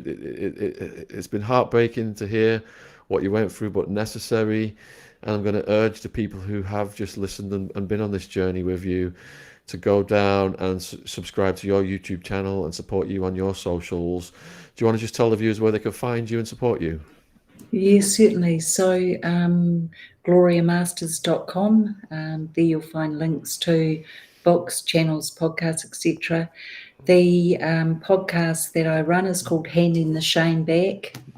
Isn't that great? Yes. So if you Google that, you'll find that, because we're handing the shame back even as we're speaking now. The other thing is the book I've written is called On Angel's Wings, My Flight from Trauma to Grace. Little bit of a warning. It is traumatizing, but there is hope, and I am writing my second book at the moment as a guide to help others out there. So you're never alone. I believe you. I stand with you. And the hope is because of people like you, Gloria. So thank you very much for spending time with us this evening. Thank you. And enjoy the rest of your day where it is where you are, because it's quite early, isn't it? So thank you again. Cheers. Thanks, Sean. Thank you. Bye-bye. Bye. Wow. Oh my God. Every now and then we have a story on the channel whereby it just leaves you almost speechless, doesn't it? But what a brave woman. And, you know, listening to what she went through, that whole almost 1 hour journey. Such a fantastic, eloquent speaker as well.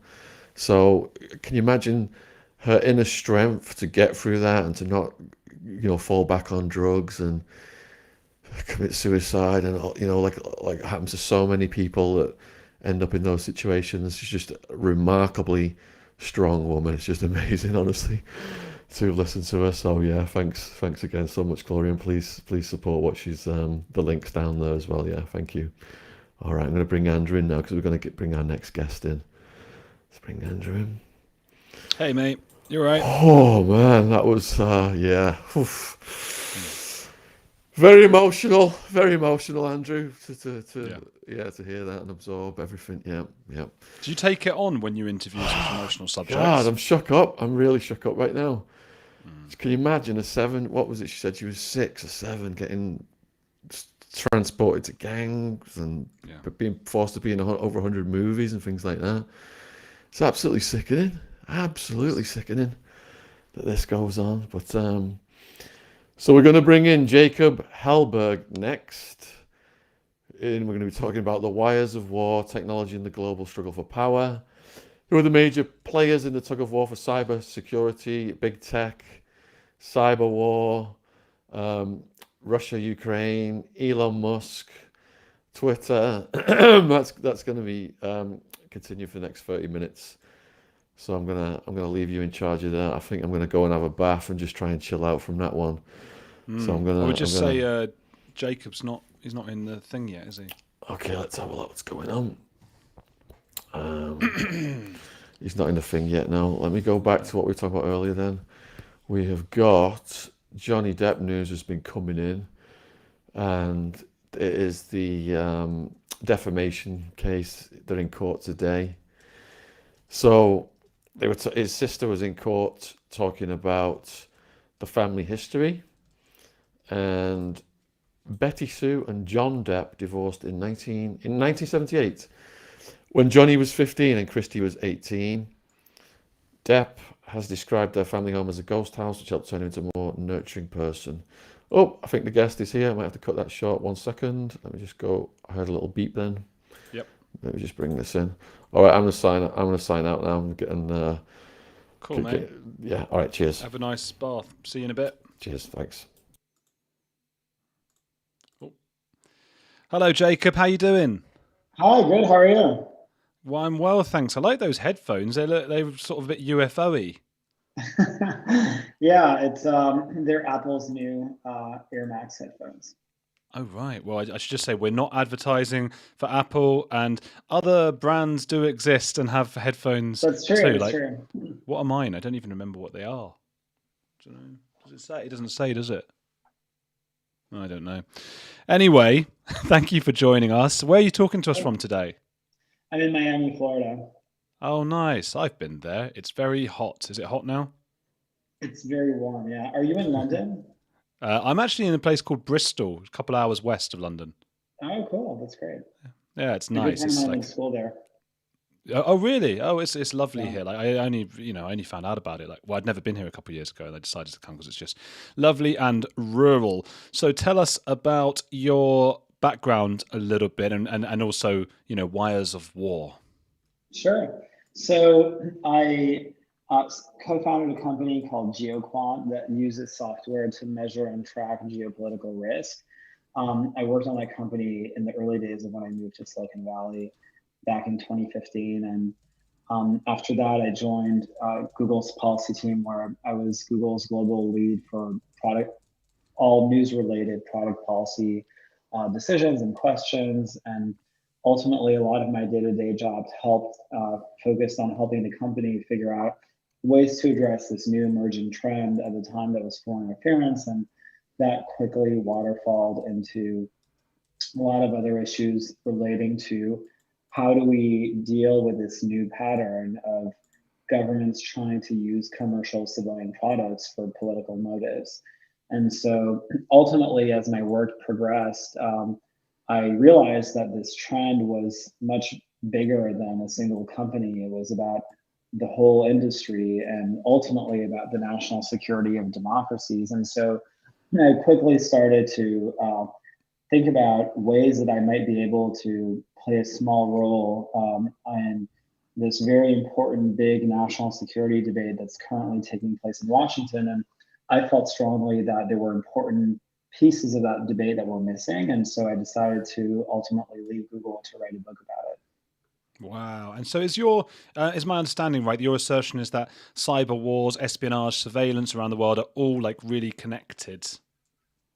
Absolutely. So we see in headlines on a day-to-day basis coverage around things related to Huawei, things related to Russian misinformation, things related to Chinese information operations, cyber hacks, as well as things related to more hardware-focused questions like ZTE.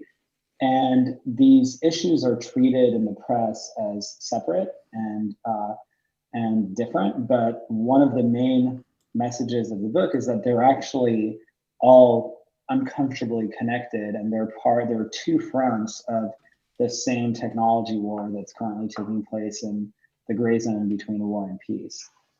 One of the main messages of the book is that peace and war aren't binary, they're a spectrum. And there is this gray middle through which technology has made it possible to wage political warfare in ways that are very hard to attribute and in very, very impactful ways that was not possible in the days of the Cold War.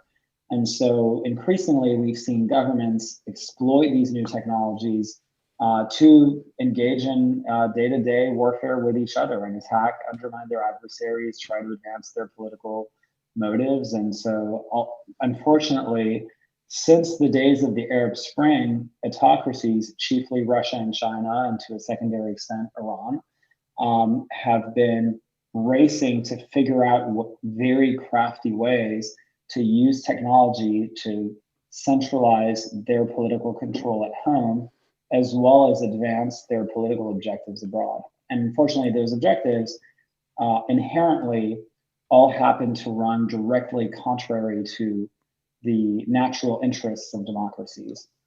Wow. I find that the idea of the spectrum of being at war really interesting.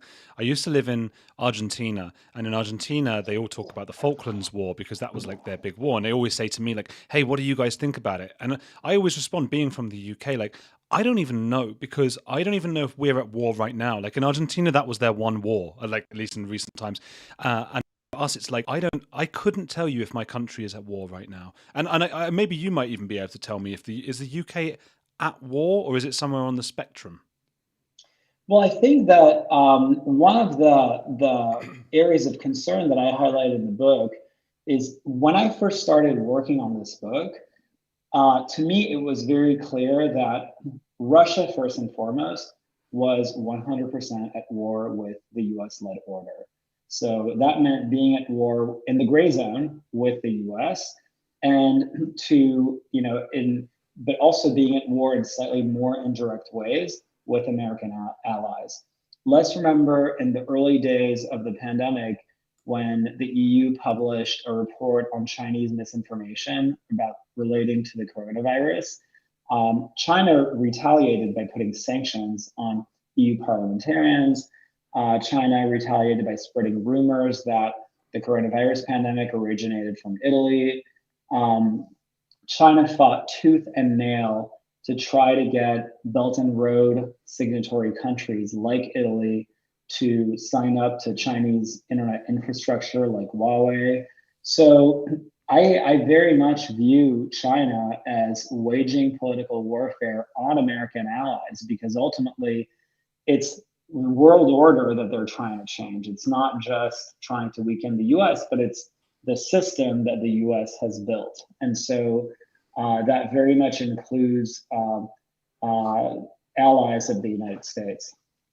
And what about, do you talk in your book a bit about soft power? I'm really interested. I'm a big soccer fan, and I see how, Qatar, for example, and Saudi Arabia, Russia have started buying soccer clubs, and I imagine they're doing it in other sports as well. And why do they do that? And is that involved in this whole thing? Well, one of the interesting tidbits in the book, and I don't want to give too much away because I want people to go out and read it, but one of the chapters basically hypothesizes what a world might look like in 2049. In a world where China controls vast swaths of the internet infrastructure in different parts of the world, a world in which China is able to use their control over that internet infrastructure to control flows of information in that country. And the hypothetical scenario where you have an event, a black swan event, where you have a Chinese dissident that all of a sudden shows up at an American embassy in, China or in another country, and suddenly China's censorship machine and its information operations kick in full gear. They try to label that human rights dissident as, as crazy through a smear campaign to discredit human rights groups. They try to go after any political group in the West that calls out human rights abuses as, being terrorist groups. And they do that by controlling the internet infrastructure in those countries. Because if you control the internet at the hardware level, you can basically compromise everything that runs on top of that infrastructure. And so to a great extent, that is soft power. I mean, that is, the ability to slowly but surely get in people's heads and ultimately distort what people see and engage with on a day-to-day basis. The one thing that I would add, though, is that control of the internet infrastructure at the hardware level goes far beyond soft power. I would argue it's a form of hard power. The reason is that it's not just the ability to push narratives and do info ops, but more, perhaps more importantly, it's the ability to see all things in all places at all times. You are able to have a perfect surveillance state. So they would have the ability to know all the deepest, darkest secrets of all the judges, journalists, and politicians in a given country. And the natural question that flows from that is, what do you call a country where, a foreign government knows all the deepest, darkest secrets of all the judges, politicians, and journalists in that country? Is that country independent, or is that country a de facto vassal satellite state? And I would argue that ultimately, China astutely understands that when you control the wires in the ground, you don't have to send troops on the ground in order to create a sphere of influence. They get it. That's why they've subsidized Huawei to the tune of $75 billion. And they've fought tooth and nail for Huawei to be exported abroad. And that's ultimately why we should do everything we can to push back and say no way Huawei. It's funny, this the Russia-Ukraine war is a bit of a throwback, isn't it? Because I think we all expected the next big war would all be done with computers and things, and it's actually like tanks going in and people shooting each other. Yeah, and to be clear, war is a spectrum. So it's not because there are things taking place in the gray zone that all automatically means that you're never going to have a hot war again. I mean, it's absolutely a spectrum. I think today, actually, one of the things that we're seeing is the question isn't so much whether or not we're in a Cold War. I think the question is, do we keep that Cold War cold, or does it, accidentally bleed into a hot war? And so, and I think you see that with Ukraine. Ukraine was a failure of deterrence. Ultimately, we failed to deter Russia, which is why Russia's in Ukraine right now. And so the big test for American foreign policy is, how do you deter, how do you avoid repeating the same mistakes in the East Asia Pacific? And are we going to be able to deter China from making a move on one of its neighbors, probably Taiwan, but let's remember China has border disputes with 17 countries. So, and it already made a move, in its border with India. So it could be Taiwan, but hey, it could be another place that we don't expect. So, but based on satellite imagery and our intelligence, the world already knows that China is carrying out a massive military buildup right across the Taiwan Strait.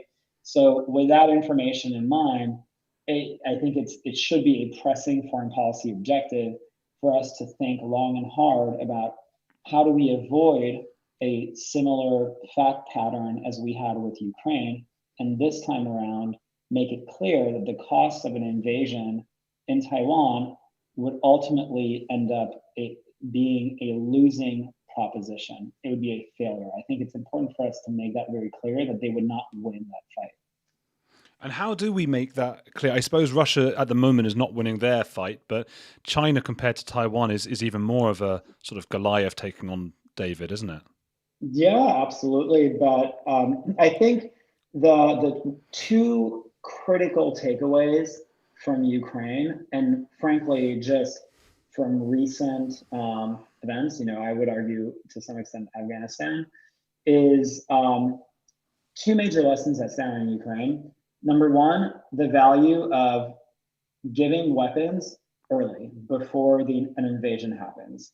If you wait until after the invasion happens, it's really, really hard to provide weapons to a country that's already at war. It's hard because you have, the aggressor that's already on the ground. It's hard. How do you get weapons in the hands of the defender without accidentally getting in the hands of the aggressor? Sometimes there's aggressor planes in the air. The logistics become exponentially more complicated. You have to think through the logistics supply chains of, okay, you have fighters. How are they going to get fuel for their vehicles? How are they going to get all the logistics supply chains that they need in order to fight and win a conflict, a battle?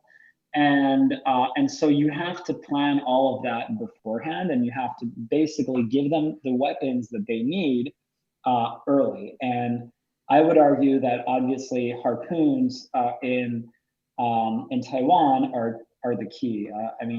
You need to give them weapons that will allow them to sink ships, and ultimately devices that will allow them that if Chinese amphibious ships are able to make a landing on Taiwanese beaches, you need IEDs to blow them up. War is, unfortunately, a violent thing, as we've seen with Ukraine. But ultimately, if a war is declared, you have to think about who's going to win. And so we want democracy to win, and so you have to give them the weapons to fight to do that. It's the arsenal of democracy proverb. And in World War II, the U.S. was the arsenal of democracy. And I've many times have said that it's not sustainable in 2022 for the US to be the world's policeman. It is sustainable for us to act as an arsenal of democracy. And I think we should 100% do that. The second takeaway from Ukraine was thinking long and hard about, does this country have the will to fight? Ultimately, when you're trying to help, people need to want to help themselves in order to be helped, in order to be helped. In Afghanistan, you had a classic example where you have on one hand the Taliban, and the other hand the Afghan army, and one side wanted to fight and the other side didn't. And no matter, we were there for 20 years, they had all the weapons, they had, a lot of resources, an army of 300,000, and it melted away in just a few days. Now, scholars will debate, was there corruption? Were there, backhanded side deals cut with the Taliban and the Afghan army? Whatever. The point is that these soldiers were not fighting. And you have the opposite situation in Ukraine, where you have a much, much smaller army than Russia, but people that will absolutely go to the mat and give their lives away to fight for their country and their liberty. And on the other hand, you have soldiers, Russian soldiers, that don't know what they're even doing there in the first place. And so when we evaluate the dynamic with Taiwan, I think it's really important for us to assess long and hard, are the Taiwanese ready to fight? And do they have that will to fight? And if the answer is no, that creates a very different equation for us than if the answer is yes. If the answer is yes, let's get weapons to them and let's help them do that. If the answer is no, I think we need to think long and hard about, how that country is going to be defended. But if we start sort of training up Taiwan and giving them, weapons and things, is that not like a red flag to a bull, or whatever the expression is, to China? China is already building. I think it would be if China hadn't been carrying out its military buildup. I think it would be considered a provocation if there was a total state of peace and business as usual in China.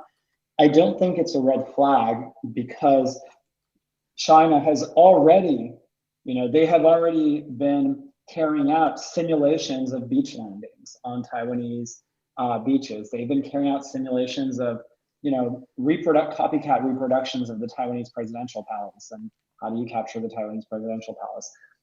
They have been carrying out simulations of how to sink American aircraft carriers. I mean, I'm sure you've seen the images.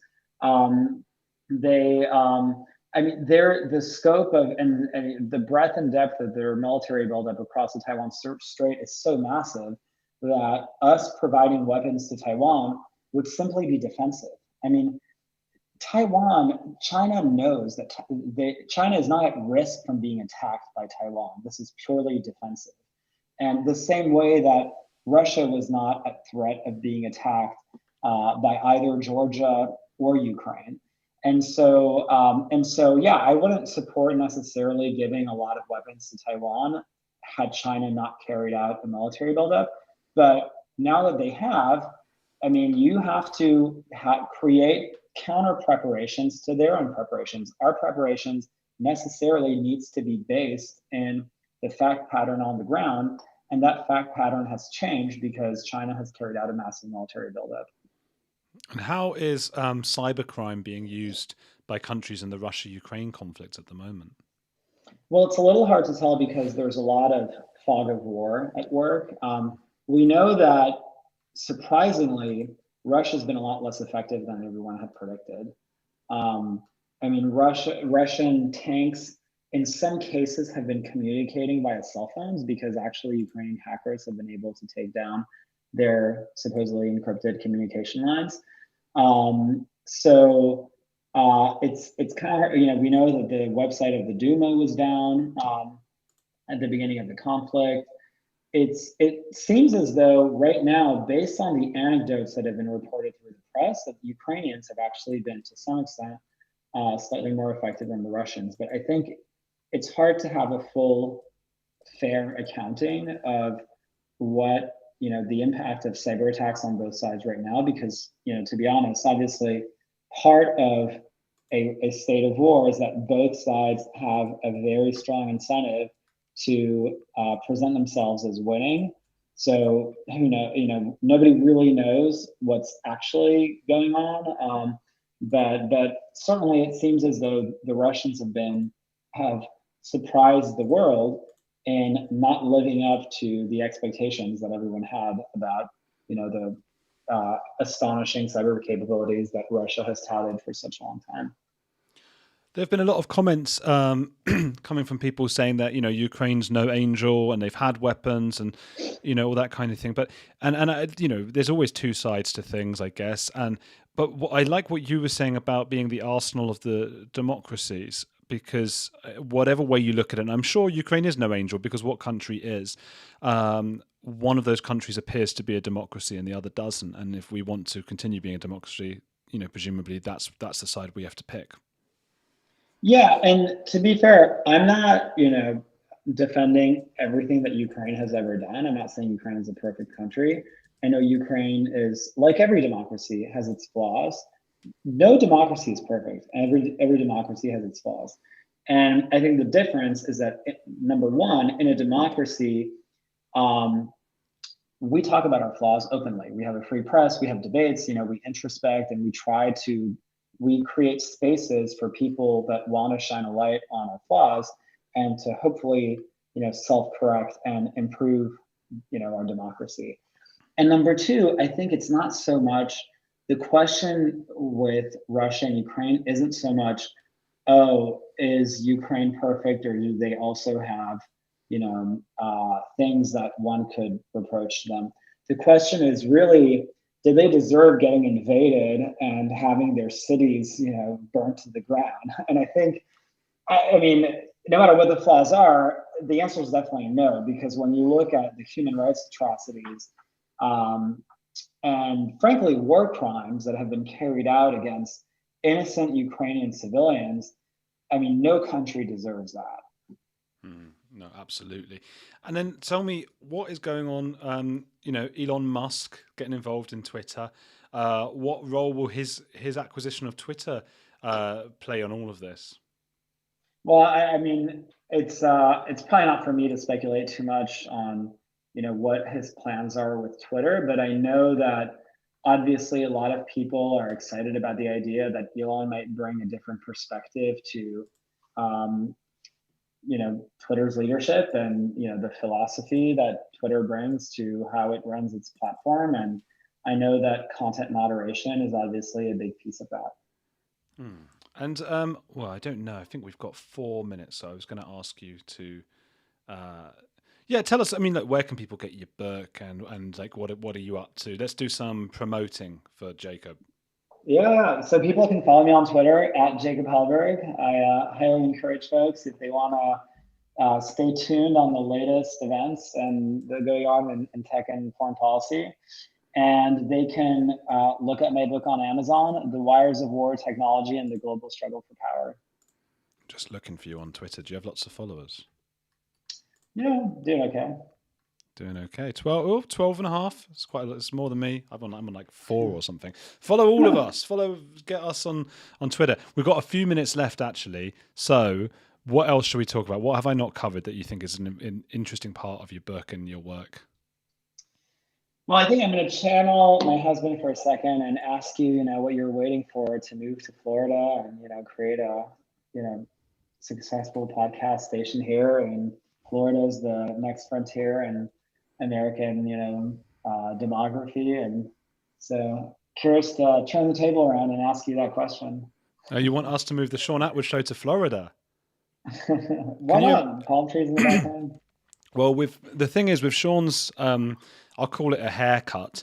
I just would be concerned about the climate. Do you know what I mean? I think it might really do him some damage at the back of the head. And he did live in America, and I think I'm not even. You know what? I'm not sure he's actually allowed into America. Oh. Yeah, so that's the thing with Sean. Yeah, he's Ash has just confirmed that Sean is banned from the US. So why is that? Well, Sean used to be like a drug lord or something. Welcome to the show. Sean was he was in an Arizona prison for, I think it was 5 years, but people will correct me if I'm wrong about that. It might have been 4 or 5. It's funny, isn't it? Because he's a brilliant presenter and interviewer and stuff. And if you don't know the backstory, that's how I got to know him, because I had Sean on my own channel. Because my own channel's separate, but I co-host on here. So I had him on to 6.5 years, Ash tells me, the producer. 6.5 years in an Arizona prison. So I had him on to tell his whole story, and then they've asked me to come and co-host. And he's just the most unusual person in the world. So he can't be in the US, unfortunately. Wow. Well, I mean, maybe for our second conversation, we can talk about his story. I had no idea. Yeah, it's a hell of a story. He's a fascinating guy. And I could go to the US though, and I've been to Miami quite a few times, and it is too hot for me. It's year round, isn't it? It's relentless. Yeah, it's actually it's very, very nice in the winter and the spring. Well, actually, I'm going to bring Sean in to say hello quickly if he's ready. Are you ready, Sean? We're talking about you, mate. You've run over to tell your story. Oh, huge thank you for coming on, Jacob. Fascinating insight. Definitely. Sure, yeah. Yes, appreciate that. Yeah, Jacob just had an insight into your life. I was a stock market guy. Went wild. I made a lot more money than I had common sense in my 20s. I started to throw rave parties with it. There wasn't any ecstasy, so we addressed that situation. We had people importing ecstasy, which led to the SWAT team smashing my door down. Yeah, but it was the education opportunity of a lifetime. Arizona jail, it was yeah. How long did you go to jail for? I was in jail for just under 6 years. Yeah, about the right amount of time. For having ecstasy at parties? Importation. Yeah, it was a conspiracy case. Oh, interesting. I had over 100 co-defendants. You can literally see Jacob's career flashing before his eyes. He's thinking, am I going to be affiliated with this guy now? Well, I'm just trying to think, what does importation mean? I mean, we're, Yeah, Holland. I had people flying them over from Holland. Yeah, lots of pills. Yeah. Wow. Anyway, That sounds like a very deep story. Yeah, check out my Locked Up Abroad episode. It's called Raving Arizona. If you're an old school raver, you'll yeah. Well, we're going to bring Charlie Robinson in now. So huge thank you, Jacob. Thanks, Jacob. Yeah, thanks for spending time with us. Cheers. Yeah, thank you so much. All right, take care. Thank you. Bye-bye. Bye. What a lovely gentleman. Yes, very, very nice. I will leave you to this now. Thank you. That was so funny that you didn't know your story. People don't know your story and they come on and now they're forever affiliated with you. Have a good one, mate. I'll see you in an hour. All right, thank you, Andrew. See you then. Yeah, and if you're watching this, the hackers attacked the channel at lunchtime when we were doing the live stream lineup video. So if you do want to join the live stream comments, we've got it set right now whereby you have to subscribe to the channel and wait a minute before you can join the live stream because the hackers attacked us at lunchtime and we had to take quick action. All right, Charlie, how are you doing, my friend? I have no problem being associated with you. I do it all the time. Yeah, and touche. I mean, we're at some of the same clubs together on the same substances. Allegedly. I know. The old days. Las Vegas. What was it called? Las Vegas, Club Utopia. Club Utopia, Millennium. Yeah, turn of the millennium. We were raving at the same joint. Yeah. Yeah. You, me, and unbeknownst to you, probably also the actor known as Doogie Howser. Neil Patrick Harris. I saw him in the bathroom that night. He was out of his mind. Wow. He was not diagnosing anybody with anything. All right. So just to recap to people then, Charlie is a prolific author. He's been banned from many platforms for saying certain words and certain theories that we'll avoid today. But what he is an expert in is not just the NWO, but also, you know, many people say you got to follow the money. If you look at what Russell Brand's talking about, he follows the money of Big Pharma, follows the money of the defense attack companies. This is where the taxpayers' money is like a huge multi-trillion-dollar feeding trough that these parasitic entities get their schnauts in at the taxpayers' expense. And if you follow that money, you see what is driving the world economies and how things are being subverted for the crisis after crisis after crisis. So tonight with Charlie, let me just pull this up real quick. We're going to discuss several things. We're going to discuss Elon Musk's Twitter activity. We're going to discuss the restrictions on free speech, and what it means to Twitter. You know, they bragged that they were all about free speech, and then look what happened. We're going to hopefully touch on what's just come up in the news today. I don't know if Charlie's had a chance to look at the Johnny Depp defamation court hearing today. Have you had any chance to look at that? I knew it was happening, but I haven't seen any sort of, I didn't know, is there a resolution to it? No, he's got his sister on the stand talking about his family history and, you know, what hard time he had growing up and things like that. That's all we know so far. And she's giving some digs to the ex as well. Have you managed to watch the Jimmy Savile documentary on Netflix that's in the top 10 in the UK right now? I have not watched it yet, but it is on my list of things to do. My mom has watched it. She said you need to watch it. You'll probably know the stories. You know, you probably won't learn anything that you don't already know, but it's worth watching. Yeah, I'm interested in it. I'm interested in seeing. You know, his story, I think, is a reminder to people about how dirty the media is, because the BBC knew who he was. It was undeniable. Johnny Rotten knew who he was in the late 70s. You know, I'm sure if Johnny Rotten knew, the BBC knew. So the idea that the mainstream media in whatever country you're living in is going to give you some version of the truth that's unbiased or unfiltered is just laughable, because they are not working in your best interest. In fact, the mainstream media has a totally different agenda. That's why people like Jimmy Savile can go, undetected by the general public for a long, long time, because the media protected him.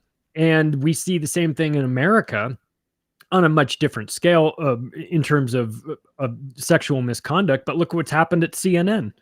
You had producers arrested and fired for 2 different producers arrested for their involvement with underage kids and the mothers of underage kids too, which is totally weird. You have almost all of their anchors in some form or fashion are involved in some sort of sexual misconduct. Don Lemon, Andrew Cuomo, or Chris Cuomo, or the Cuomo brothers and their connections to CNN and all of this. The media is a dirty place. Savile probably just fit in fine there, I would suspect. And what we've seen is the rise of Russell Brand. I mean, he's just become an absolute phenomenon on YouTube. I don't know if you've managed to watch any of his stuff, and he's outing the media. He's following the money, and he's doing these really thorough videos that I fear is going to cause him to end up like what happened to us last year. Strikes, terminations, etc. Have you been watching his rise, and do you have similar fears for him? I do. I have, and I do. I love Russell Brand's work. I saw him. I remember seeing him in Vegas, a comedy show in Vegas, when my wife was pregnant. So that was the summer of 2011. So I've been a fan of his for a long time. I love what he's saying. It's refreshing. I feel like everybody should be saying the things that he's saying, but we're so devoid of that in the general media that when you catch somebody that gets it, you want to just hold on to him and go, yes, where have you been all my life? Russell, yes, you're and of course his platform, his status inside the community has made him, he's reached out to a lot of people. He's connected with a lot of people that see, he's just asking the questions. He's asking the questions that we're asking, which is, hey, some of this stuff doesn't make sense. This looks like there's criminality involved in this. The media is saying one thing. You've got the politicians are leading us down a very dark path, and he's calling them out for it, which is what you should be doing. But like you said, I have fears that they'll try to silence him in some way, shape, or form. And of course, if you have to play in that industry, and he does, he's an actor, comedian, and now in the podcasting realm, they have ways to get to you. They have ways to make you unappealing to the masses. They can. We've watched what they've done to David Icke with a certain country in the Middle East that says, if you criticize us, we will make sure that you are not allowed anywhere. So if Russell Brand finds himself on the wrong side of that lobby, he'll get the David Icke treatment, and he'll know what that will make him feel like. And of course, you and I both have a good relationship with David. We know what he's been through. I should rephrase that. We'll never really know what David's been through. David's been through a whole, we hear about what David has gone through, but it'll wreck you. It'll wreck you if you get on the wrong side of these people. So I'm simultaneously grateful for Russell Brand talking about these things, but I also am not trying to make a big deal out of it, of course, but I also am concerned for him, because unfortunately the people that talk about this with a big platform tend to draw the wrong sort of attention from the powers that be. And so, but he's a smart guy. I think he knows that. I think he's trying to find where that line is. Sometimes you won't find it till you've crossed it, but I definitely like his stuff. Yeah, I didn't find it until I crossed it, and the community guidelines have tightened since I crossed it, and he's definitely over certain targets that would trigger strikes if the powers that be decide to target him in that way. Now, I'm eternally grateful for my followers, the outpouring of support, all the messages that were sent into YouTube. With Russell Brand, I think he's got 5.5 million subscribers right now. So if he was struck down, what kind of a public backlash do you think that would generate if he's got 5.5 million subscribers? Hopefully it would generate a great one. It would create yet another situation where we could have the conversation about free speech and about censorship, and where do we draw the line on these public-private platforms, and well, it's a private company, they can do what they want. Yeah. Okay, Google took seed money from companies that are tied to the government. So we need to get rid of this. They're a private company, they can do what they wanted. When I say private, I understand that they're publicly traded, but I mean non-governmental. They've taken money from venture capital funds. They've taken money from In-Q-Tel. That's the venture capital arm of the CIA. So I did an episode of macroaggressions that was called "The Creatures from Sand Hill Road" as sort of a tribute to G. Edward Griffin, the creature from Jekyll Island, which was talking about the Federal Reserve and their the creation of money in that scam. And I was talking about Sand Hill Road, which is the road that connects Menlo Park and Palo Alto in Northern California in Silicon Valley, which is where the venture capital firms are mostly on that road. It's a stretch of a couple mile long road where you get most of the venture capital companies. And these people have a lot of power. And so when we're going to talk about Twitter today and the role of free speech. It's not limited to Twitter, of course. YouTube has their problems with free speech. And part of that is baked into the equation, because when you have people that are sitting on your board of directors that are also members of the World Economic Forum, then you're going to have this influence that's coming external to the company. So even if Susan Wojcicki woke up one day and decided that she was now all of a sudden a proponent of free speech, she could be overruled by the board, because the board sees her, the board has ties to other influences. So it's important that we understand that these companies don't just come into existence on their own. There's a lot of money behind them. That money is deemed smart money, meaning it comes with connections, and those connections run very deep. A lot of them run to the intelligence agency, especially if you're talking about groups like Facebook and Twitter and Google, all the information sector, that they have deep ties to the intelligence agencies like the CIA and the NSA. So we're in a situation where free speech may not actually ever be fully possible, as long as it's coming through the big tech companies, because they themselves have been captured from the beginning. How did we get here, Charlie? Because years ago, Twitter was boasting what a bastion of free speech it was. And now you say the slightest little thing out of line in accordance with the community guidelines, which just keep tightening, and they boot you off just like that. So how does it go from one thing to the complete opposite?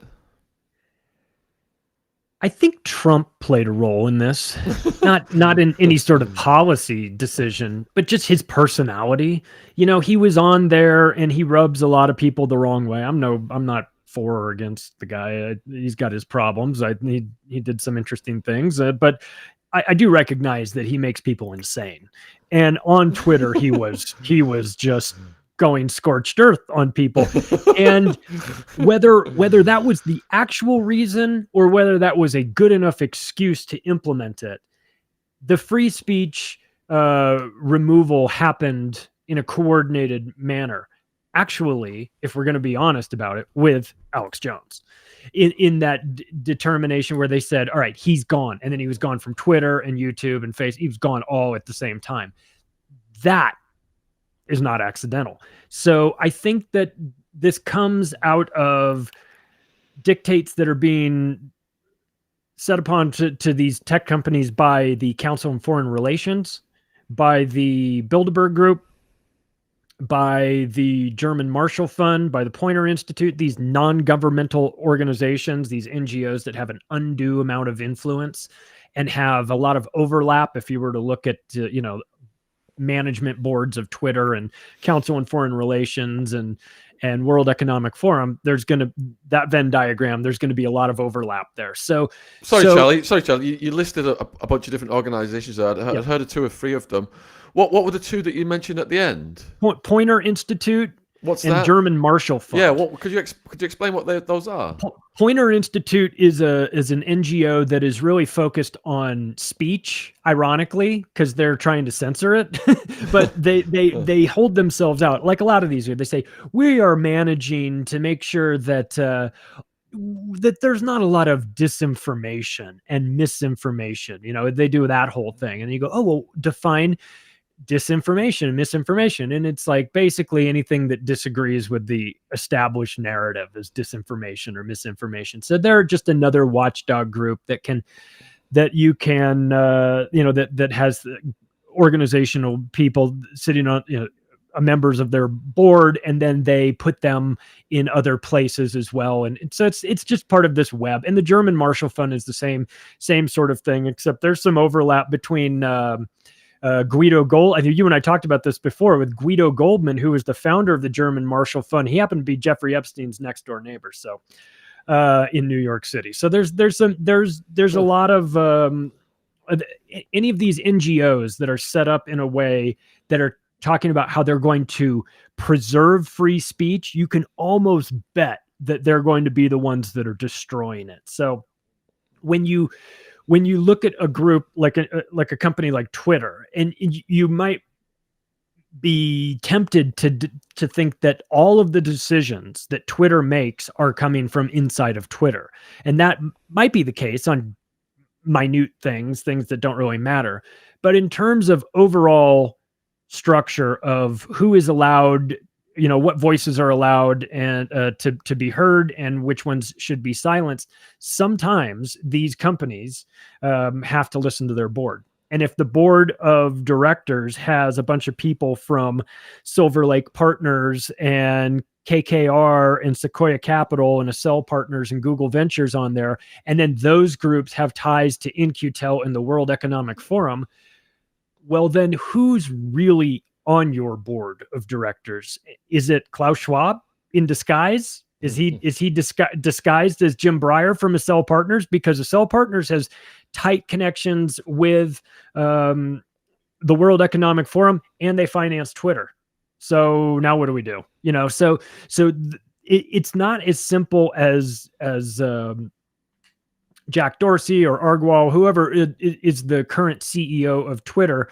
You might think that the buck stops with them, and it does on some rudimentary decision-making levels. But as far as the overall drive, those guys answer to people too. The CEOs of these publicly traded companies most definitely answer to people higher than them. It's interesting because you've touched on some points there that have kind of put things into place for me that I was pondering the other day on a live stream. Because I said the purpose of a company, in theory, is to create value for its shareholders by generating increased earnings over time, which would lead to its stock price rising over time. Twitter came out almost a decade ago, I think it was, at $26. And it's just gone sideways between about 70 something to the teens for a decade. So no real wealth has been created other than for the insiders.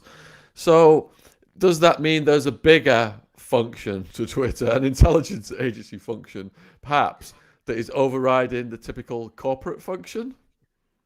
Yeah, you would think. I mean, if you're a shareholder, if I were a shareholder of Twitter, a large one that had some say in this, if I was on the board, I would be saying, my share price has done nothing over as long as I've had this stock, and maybe, and you guys are destroying your platform by throwing people off of it, really popular people. You claim to be about free speech. You're not. Nobody believes that anymore. And people are leaving. If they're not thrown off, they're leaving, especially conservatives, and looking for other places to go. You are actively destroying the platform. My question is, why? It can't be good for shareholder value, because if it was, then the share price would rise. It hasn't. So it's not working. They're talking about, the employees of Twitter that now are having to process Elon Musk coming in as the largest shareholder. A lot of them are freaking out. Well, you know what? The shareholders should have been the ones freaking out all along. You guys were driving this company into the ground. Who knows how many legitimate accounts are really even on there? Elon Musk himself came on and said, we got to get rid of all the bots. Whoa. Yes, you do. But you're not, theoretically, you're not supposed to say that. But he let the cat out of the bag. There's a lot of bots on there. So if it is, Sean, about increasing shareholder value, they've done a poor job of that.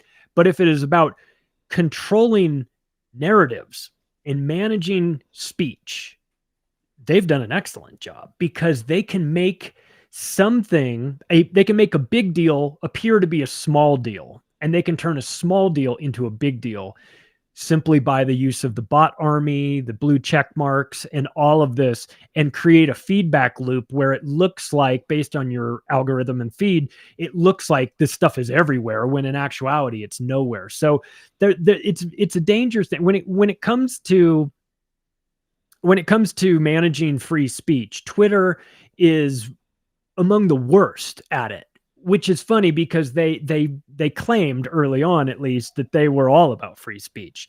They're most definitely not. Obviously, they are, but when you take money from the wrong people, you have to answer to them. And that's what these tech companies have done. And it's not accidental, of course. I mean, you could take money from anyone, but they seem to take it from the same groups. And then you'll see it also matters who's on the board, who owns, even if it's not a venture capital fund, who's funding you early on, who's taking stakes in it afterwards. BlackRock, State Street, Vanguard. Okay, now you answer to them. This is the new United States government. BlackRock is managing, or Blackstone, I should say, managing the Federal Reserve's money now. This is insanity. This should never be happening. So we're in a situation where the large hedge funds and the large venture capital funds are the ones driving policy on freedom of speech inside America, and that should never happen. Surely Donald Trump was the best advertisement for Twitter in the entire world, because it was constant, the news headlines every single day about his tweets. And then you saw him kicked off it, showing that the shareholder value theory was way down the scale compared to the political weaponization of Twitter. I mean, yeah, Donald Trump is good for business. He's good for CNN's business. He's good for Twitter's business. They want to deny him the voice, because that's actually how you can tell. They do everything they can to get rid of the guy, but they need him at the same time. Like CNN is lost without him. They've lost 91% of their audience. 91%. You can't. If you were trying to lose 91% of your audience, I don't even know how you would go about doing it. But CNN has found a way to make this happen. And look, Donald Trump said it to them. He said, "You guys need me. You say you hate me, but you need me, and you'll miss me when I'm gone." and that's true. Twitter misses him, believe me. All right, so let's just go through a bit of a background then on Elon Musk. Who is Elon Musk? What is his philosophy on free speech? And what is he doing acquiring these Twitter shares? Elon Musk is an interesting guy. He's a South African who went to school in America, University of Pennsylvania, double majored in business and physics, and then started creating companies. He sold his first company in 1999, Zip2, which was like a licensed out content for tourist bureau, convention and visitors bureaus, I think, like something along those lines. Took that money, made a nice little bit, made about $22 million when he sold that. That was his cut. Started a company called X.com, which was involved in banking. X.com wound up getting folded into another company called PayPal. And that's where you get the PayPal mafia. That's Peter Thiel, that's Reid Hoffman, that's Elon Musk, that's a few other guys that started PayPal, built that up, sold it off to eBay, and then took that money and started other companies as well. So why are they referred to as the PayPal mafia? Because they went on to go start a bunch of other companies after that. It's like it was a great batch of, like a brilliant batch of people involved in that hit it big early on in life and clearly weren't ready to retire. So you can go a couple different directions with that. You can go, well, I'll start my own companies, or you can say, well, I'll start a venture capital company and fund 100 companies. So that's where you've got like Reid Hoffman from Greylock, who was part of the PayPal mafia, and these Greylock is a venture capital fund. These guys had so much money, they almost didn't know what to do with it all. So Peter Thiel went on to start Palantir, which is a really scary dystopian artificial intelligence Department of Defense company that manages data for the government in a almost exclusive capacity. He's also started a blood a company that takes young kids' blood and sells it to old rich people. So you can sort of draw whatever parallels you want from that. Is that poor people's blood going to rich people? Oh, I would definitely assume so. The company's called Ambrosia. Because it was prisoners' blood in the beginning, wasn't it, that was going to people? Yeah. Yeah, of course. That was definitely happening. I'm not sure if it was happening with his company, but I heard of prisoners' blood being taken and used, which sounds like a bad idea considering the rate of hepatitis and everything found in prisons. But there was an epidemic of HIV and hepatitis, and people are still suffering the consequences to this day from the tainted blood from the prisoners going back decades. Yeah, bad idea. But there is a theory, or maybe it's beyond theory, that young blood. Well, there's actually a term, young blood. Young blood kind of comes in to help to regenerate the old body. And when you see guys like, I don't know, Henry Kissinger at 97 years old, running away from reporters that are trying to ask him questions, you realize that's not normal. Maybe he's got it. Maybe he's taking a bunch of this extra blood. When David Rockefeller lives to be 100 years old, they're probably doing something. So that's Peter Thiel. That's one of the guys. Then Elon goes on and starts a variety of companies, obviously Tesla and SpaceX. And these companies, when you look back on them, there were some pivot points there where it could have gone away. It could have all gone away. Elon Musk, for better or for worse, is a bit of a gambler. He doubled down and tripled down on these companies, and of course government contracts help. So but whatever, he wound up making this happen in a way that created, made him the richest person in the world. There's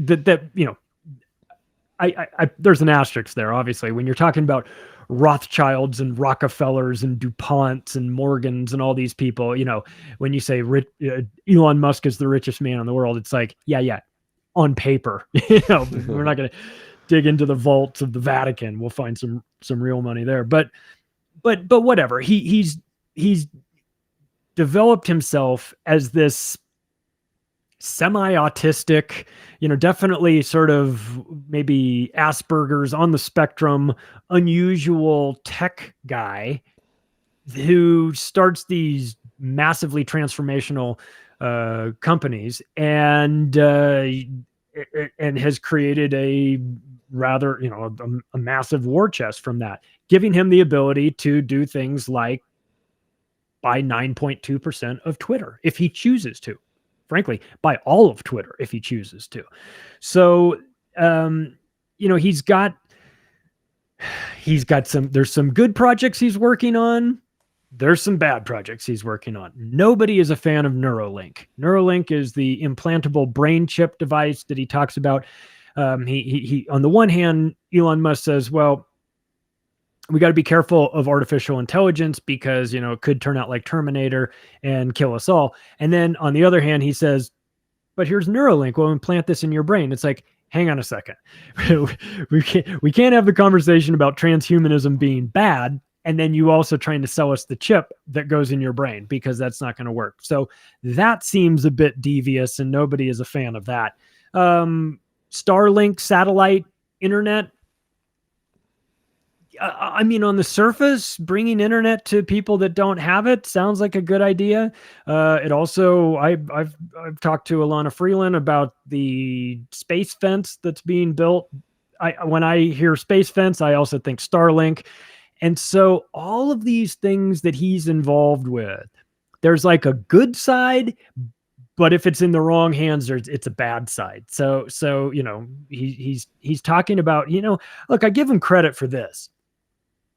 He's not trying to build a better mouse. He's building a whole new ecosystem. He's taking on some really large problems. He's electric cars and going to space. I mean, he picks difficult things to do. So so he shoots for the sky for sure, and from time to time he misses, but he's become a bit of a media darling, and of course I'm distrustful of the media, and when the media is promoting him, it makes me wonder why they're promoting him. I get a little Richard Branson vibe from him, and that's not maybe the best vibe to get. So I'm cautiously optimistic about Elon Musk. I feel like he could do some great things, but I also am not naive to where he comes from and who his connections are with, because he knows some of the worst people. You don't get a picture of you with Ghislaine Maxwell for nothing. You know what I mean? So what does it mean for free speech at Twitter then, this 9.2% stake, and will he bring Donald Trump back onto the platform?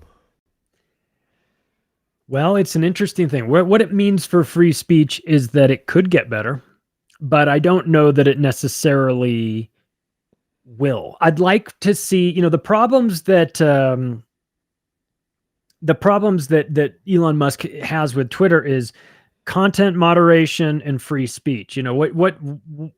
How you set that algorithm to detect certain content and just minimize it or deplatform it altogether, and how you do that with people. So we've watched certain, storylines come out and conservative viewpoints be completely silenced, maybe not kicked off the platform altogether, but just set at a rate that nobody sees it. Very few people see it. So with the ability to silo that information and keep it from spreading to the rest of the platform, you create the perception that voice isn't even there, and that the only voice, or that everybody's in agreement that we all feel this way, the way the liberal media feels. And the only reason why we've come to that conclusion is because all we ever see are people saying, we agree with this, we agree with this. So to the casual observer on Twitter, you may be led to believe that there's really only one opinion on this, but that's not reality. And reality is that there's multiple opinions on this. And when they silence the conservatives, it doesn't do the platform itself any good. You can still mute people. You can, if you don't want to hear the Donald Trump or whoever, you can mute these people. You can curate your own feed so that you never have to interact with them. But that's not the point. The point is they're trying to get you to feel a certain way, and they're using these social media platforms in order to do that. So if Elon Musk comes around and he's known to be interested in free speech, and the Twitter current employees start to freak out and panic, well, what does that say about them? What are you so worried about? That he's going to bring free speech back, and that bothers you? Well, let's examine your thoughts and beliefs then, because if your opinion on something is so easily destroyed by the other side hearing the other side's opinion on it, then maybe your opinion is garbage. Maybe it's trash. And I think that with what the loony left, not just liberal people, but the hardcore left, their ideas are so ridiculous and nonsensical that they don't stand up to scrutiny from people that want to challenge it. So they've been given this sort of safe space because the people that would challenge them have been silenced or flat out deplatformed. So it's allowing this the insanity of the loony left to grow unchecked because there's nobody there to push back against it. So I would love to see Elon Musk come in and do something about that. It reinstalling Donald Trump, as a symbolic gesture, why not? Why not? I mean, I'm no fan of the guy, but like I said, if you don't want to hear him, you can mute him. But let's have some fun, Sean. Let's bring him back. It would be the best thing to do in the interest of the shareholders, because he would get so much more engagement going on Twitter and publicity. All right, so if democracy is the road to tyranny, as you call it, the loony left liberal media, has that become a symptom of totalitarianism? Yeah, I mean, they want this. What's happening in America right now is that we're under attack from a variety of fronts. One of them is culturally, and there is this cultural Marxism is the best way to describe it. It's this destruction. They don't build anything. It's a destruction of the current paradigm, destruction of the family, destruction of conservative values. I'm sort of in the middle. I don't really care.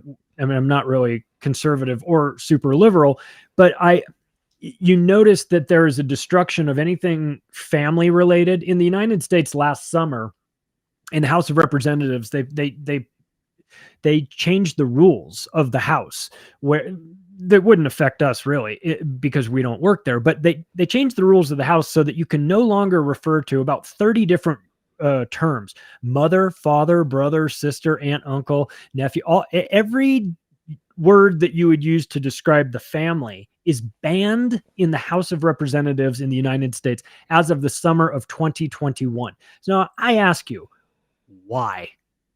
Why can't we talk about family? Well, you can't talk about, if you really want to destroy a country from the inside and soften it up, you destroy it socially. The fabric of society is the family. If you want to take out the family, what better way than to remove the words that are used to describe the family?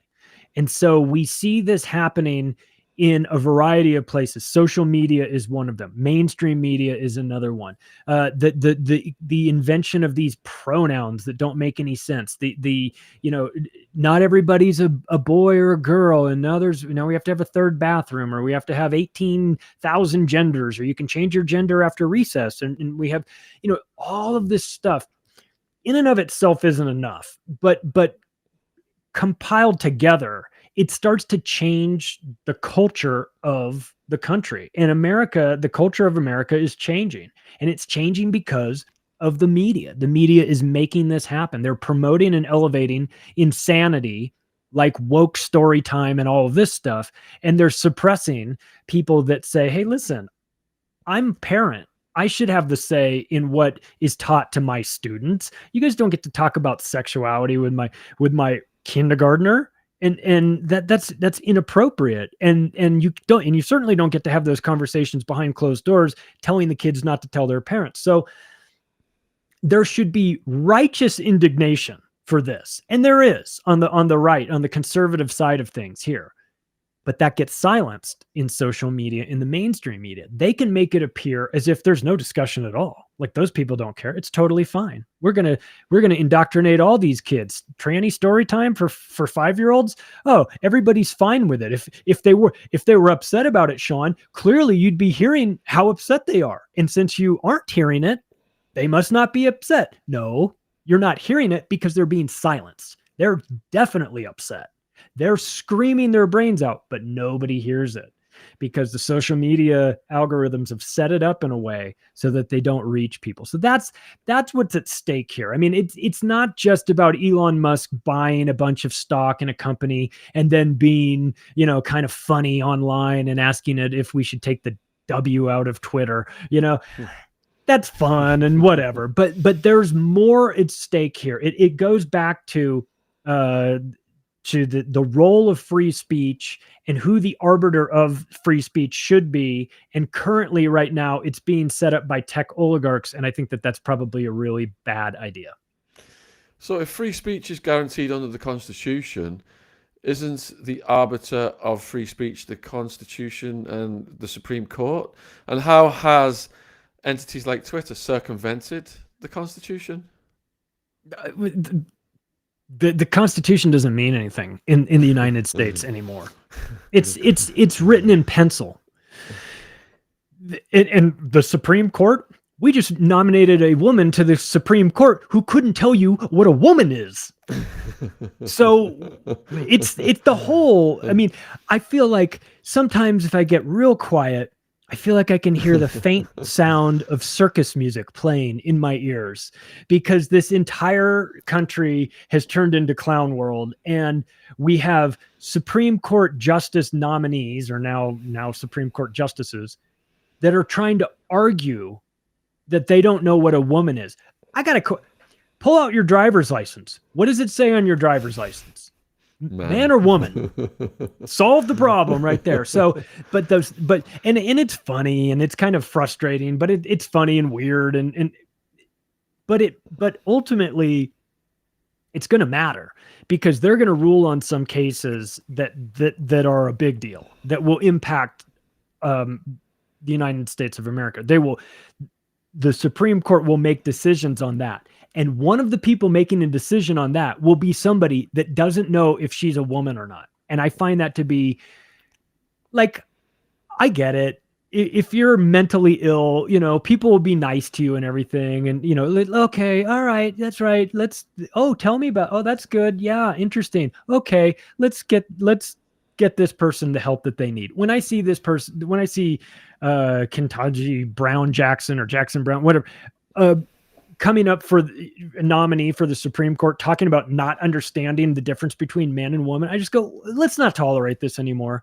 I'm done. This charade, this performance art, whatever you guys think you're doing, it's got to end, because now we're getting into serious business where the people that are supposed to uphold the Constitution don't believe in it. So what's the point of having it if they're not going to enforce it anyway? And free speech, it's like, well, that's sort of an outdated tack. And that's sort of an outdated thing. We're going to need to get past our hang up on free speech. You can just see the headlines now in the Washington Post and the New York Times. We really need to get over our hang up about all having free speech. Who needs free speech anyway? Am I right? These are the stories that you're going to start hearing. They're going to start normalizing this slowly and slowly until you get a bunch of dumbed down people going, yeah, they're right. We don't need free speech. I don't care. Who needs that anyway? And it's like, if you don't have free speech, you wind up going down a real slippery slope. So it's important for us to pay attention to these things. It's more than just Elon Musk coming in and buying a stake in a company. It really is going to be a battleground for what we are allowed to say and who's allowed to hear it. And it's going to get interesting. So in Edward Gibbon's The Decline of the Roman Empire, he talks about the proliferation of bureaucracy and rules being part of the disintegration of the empire and the softening of the empire on its own spoils. Do you see parallels with the West and the proliferation of things such as fact checkers and misinformation and bureaucracy here? America's specialty is bureaucracy. You've been through the system. You understand.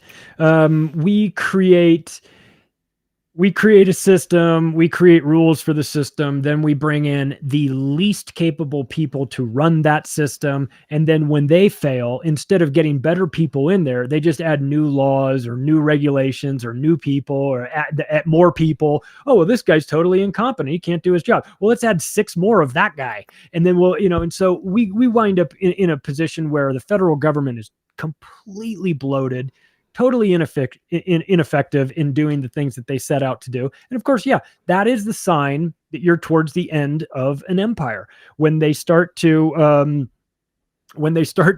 as I reach for my book, Controlled Demolition of the American Empire, you get the feeling that we're towards the tail end of the empire, when things like we're arguing about whether there's 74 or 76 different genders, or we've got a massive bureaucracy that can't seem to get anything done.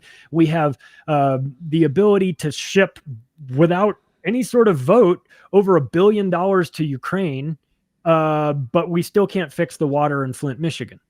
We have potholes in all our roads and infrastructure is destroyed, but we're focusing on trying to rebuild the infrastructure in Afghanistan.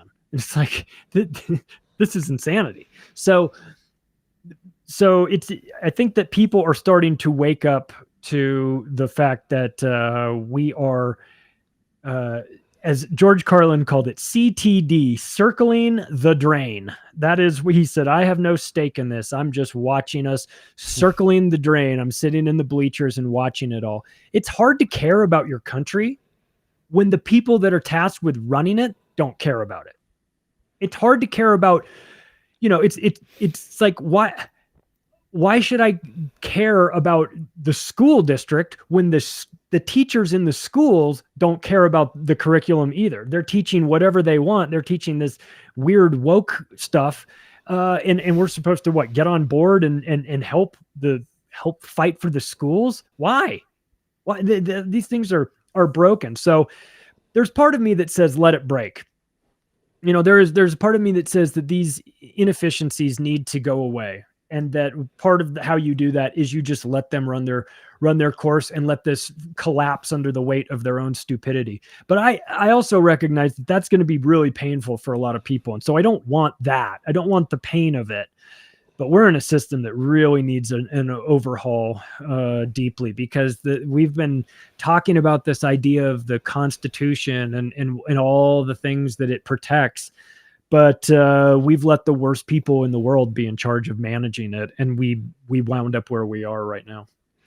So instead of complete meltdown, breakage, Schumpeter's creative destruction, is the hope in that sometimes things go to extremes and they reverse? And in the case of Elon buying the stake in Twitter, it's symptomatic of the reversal process, and that free speech could become more now that he's on the board. And in fact, he could even potentially buy the whole company, couldn't he? Yeah, and we won't really know until we get a couple years down the road and we look back on it, and we may look and say, well, that Elon moment, he was doing what we all wished we could do if we had billions of dollars. Oh yeah, well, you're going to silence me? Well, I'll tell you what, I'm going to buy your company and I'm going to fix it. I'm going to do the things you are either unwilling or unable to do to make your platform better. I'm going to do, or I'm tired of being silenced. I'm tired of the censorship. We need free speech back. Well, maybe we look back on it and Elon is that point in time where we say, well, that's kind of when it started. But I don't know. I don't know for sure. I hope so, because things have to change. The route we're going down right now with the silencing of people is, it's obviously disgusting. But I think even the average person is starting to recognize it. If you're not on social media platforms and you're minding your own business, none of this seems to be happening. The silencing doesn't really affect you. But if you are on it, you've been watching it for a while. You've been watching the censorship get bigger and bigger and bigger, and you know where it could be going. It could be going to a place where your social media posts are tied to your social credit score, and if you say bad things about the establishment on your social media post, your score goes down, and you wind up getting locked out of going to the grocery store. So we have to keep an eye on this. It'd be interesting. It'd be fascinating if Elon Musk, while simultaneously trying to get us to implant brain chips, wound up saving our brains by bringing back free speech. That would be ironic. But if that's how it works, that's how it works. I'll take it. All right. So to the viewers then, we've got about 10 minutes left before we bring Norman Baker in. So this is your opportunity now to ask Charlie questions.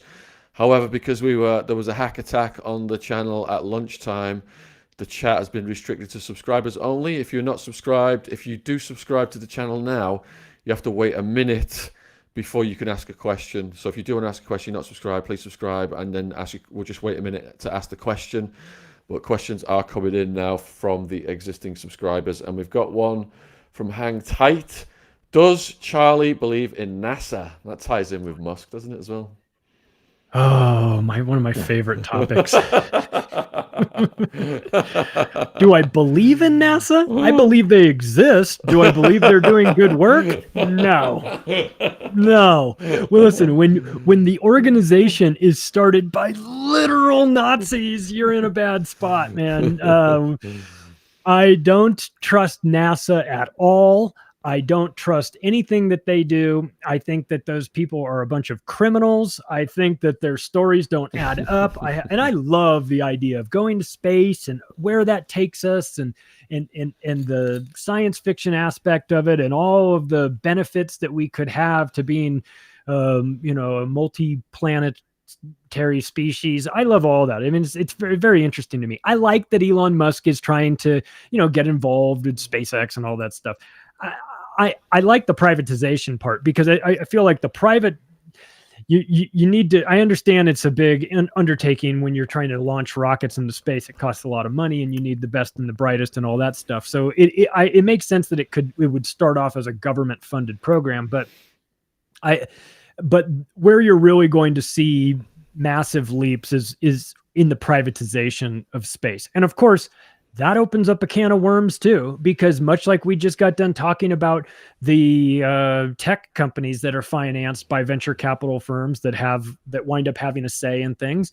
Listen, if you're starting a rocket company and you're taking money from venture capital companies, you're going to have these same people on your board too. So again, in a vacuum, in the vacuum of space, I like the idea of us going and privatizing that and doing more. But I also recognize that anytime you're exploring something like that, you're going to have some of the worst people involved in it behind the scenes trying to manipulate and manage that. So Scott has brought an interesting subject up with a bit of a silly question. Was Charlie in the CIA? Obviously wasn't. But this brings us to the role of the CIA in the modern tech era. How do you think the role of the CIA has changed? Well, the role of CIA has changed quite a bit in that they've gone a little bit more covert in the way that they've financed companies, instead of being so, silently or quietly financing these companies instead of being outright involved in it. Like, as a prime example, Keyhole technology was started by the CIA using their satellites. That service was amazing. I remember using it in the late 90s, and being able to zoom in and see all these, see the world in a way you'd never seen it before. But Google bought that, and that's Google Maps. That's Google Earth. That's your mapping system comes from a program that was started by the CIA. So they're involved in your life, whether you know it or not. And they were able to do that, at least, starting from 1999 when they launched In-Q-Tel. They're able to do that covertly by just spreading a little bit of money around into these different companies that are coming up. And they also have they're not burdened by needing to turn a profit. In fact, part of what makes In-Q-Tel unique is that they don't care if they make money on it. I mean, obviously, if they do, they do. But if they don't, that's okay too. So they can take flyers on some companies that don't really look like they're going to pencil out, just so that they've got money in them, so they can control them. Maybe they steer them out of the way. Maybe they steer them into prominence. So there's a lot of different ways that the Central Intelligence Agency can be involved, and they are. So. Yeah, we've interviewed some ex-CIA guys on the channel as well, and some of them talked about cybersecurity. Mm-hmm. What do you think about cybersecurity, and do you think that's all infiltrated by intelligence? That's Israel. I mean, they're deeply involved. We got to stay off that subject. I know. Yeah. But yeah, look, cybersecurity is important. You need to have smart guys doing that, and there's a role for it. There's absolutely a role. I'm reading and interviewing the author of John McAfee's autobiography next week, so I'm about done with that book right now. And who's that? Is that the guy we had on the other week? Yeah, Mark. Yeah, he's fantastic, isn't he? Yeah. Well, I'm gonna talk to him in a couple days, but I've got the book. Obviously, that's right. Yeah. So I've got cybersecurity on the mind, because from from reading that book about that. So there's a need for that for sure. But like anything, like you got to make sure those are the good guys. Because if you've got the bad guys in cybersecurity, then you've got big problems. And so again, look at who's running cybersecurity and where they're getting their money, where they're based, and are they partners with the World Economic Forum? Because if they are, then that what you think is security is going to be very different than reality. Brilliant, Charlie. It's always a great pleasure. Do you want to tell the viewers where they can find you and support you and get your books? Sure. Yeah. My podcast, Macroaggressions, is available in audio format wherever podcasts are served, and in video format on Rockfin, Odyssey, David Icke's platform Iconic, and also Band.video.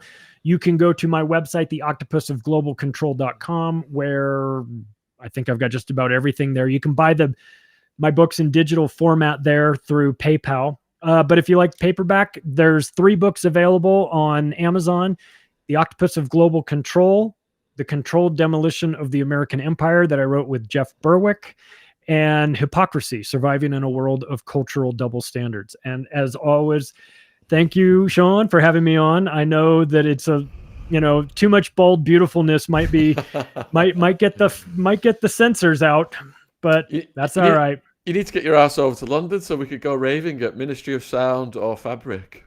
Yeah, man. Let's do it. When was the last time you were out in London, Charlie? 2019.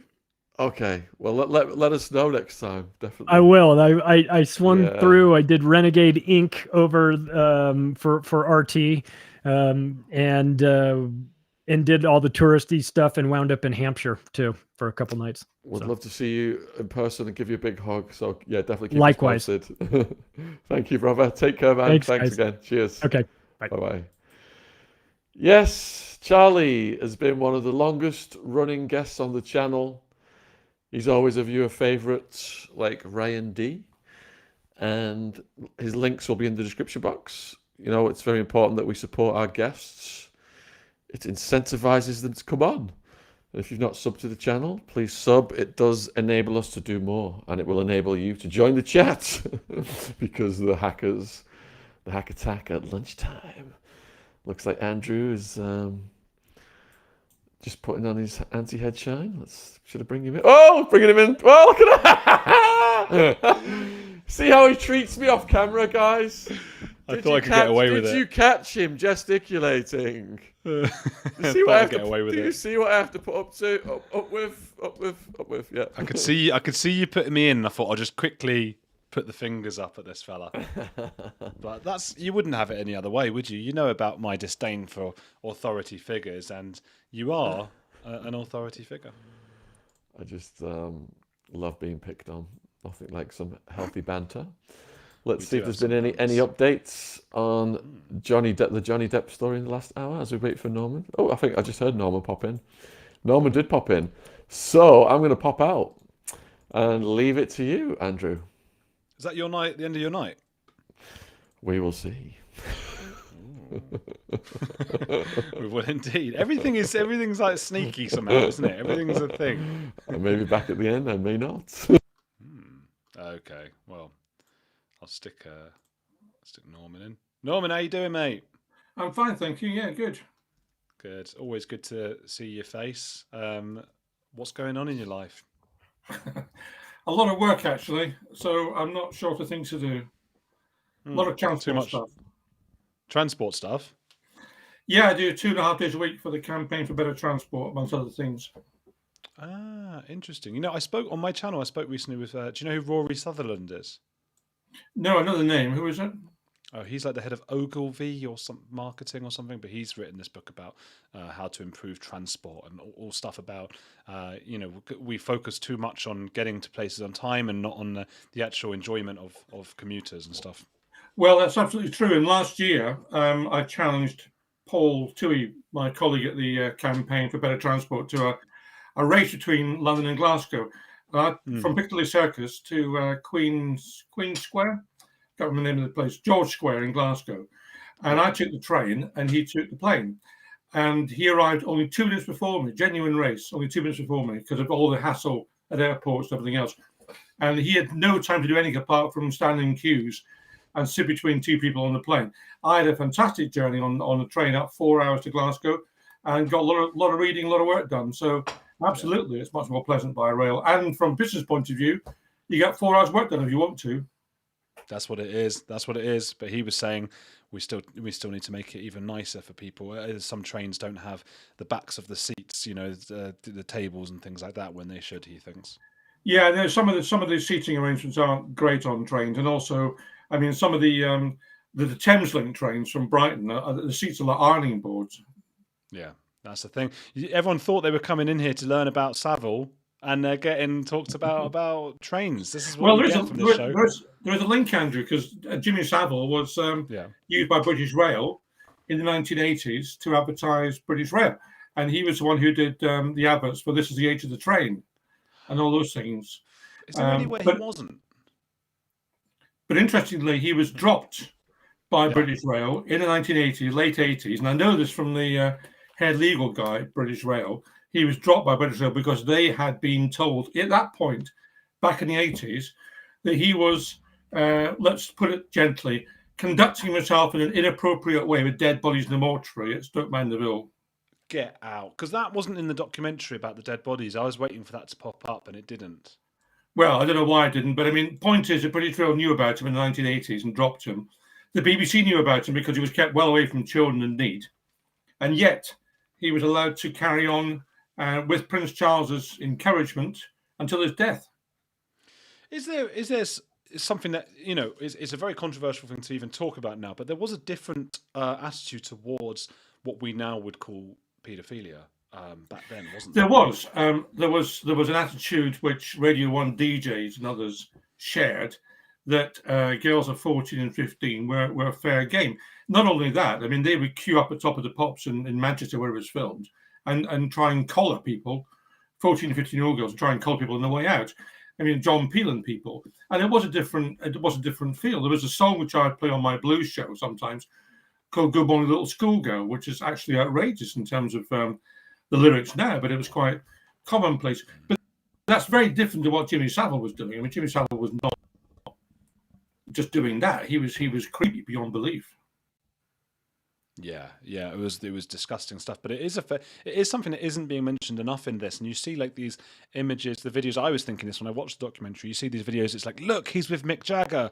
You know, Mick Jagger's reputation is stained from being with Jimmy Savile. But from what I gather, Jimmy Savile, obviously not the same level, but Mick Jagger was also sleeping around a 14-year-old, 15-year-old guy. I don't want to get done for libel or anything, but I think that might be a well-established fact, or at least I don't know if that's true or not. But what I do know is, the other day I watched on YouTube a 1968 episode of Top of the Pops, and unlike the ones for the BBC shows where all the dodgy DJs have been eliminated and you're left with Tony Blackburn or someone, the only DJ left, this was one hosted by Jimmy Savile.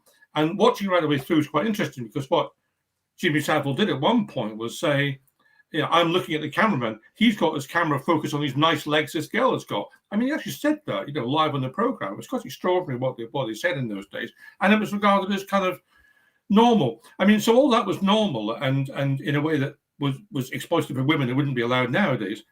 But what was not normal, of course, was the other things Jimmy Savile was doing, which were quite outrageous. Yeah.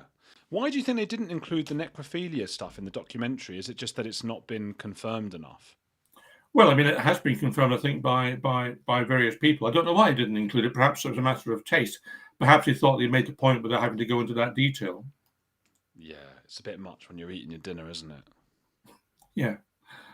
Bloody hell. What were your thoughts then? I presume you watched it. Did you watch it? I haven't watched it. No, I haven't watched it. I've just read reviews of it. But I mean, I know the story very well. And I know the links with Prince Charles very well, which is I think what some of the papers were picking up on. There was nothing there that I didn't know about. I mean, just for the benefit of people who are on this podcast, whatever it's called. Are we on a podcast?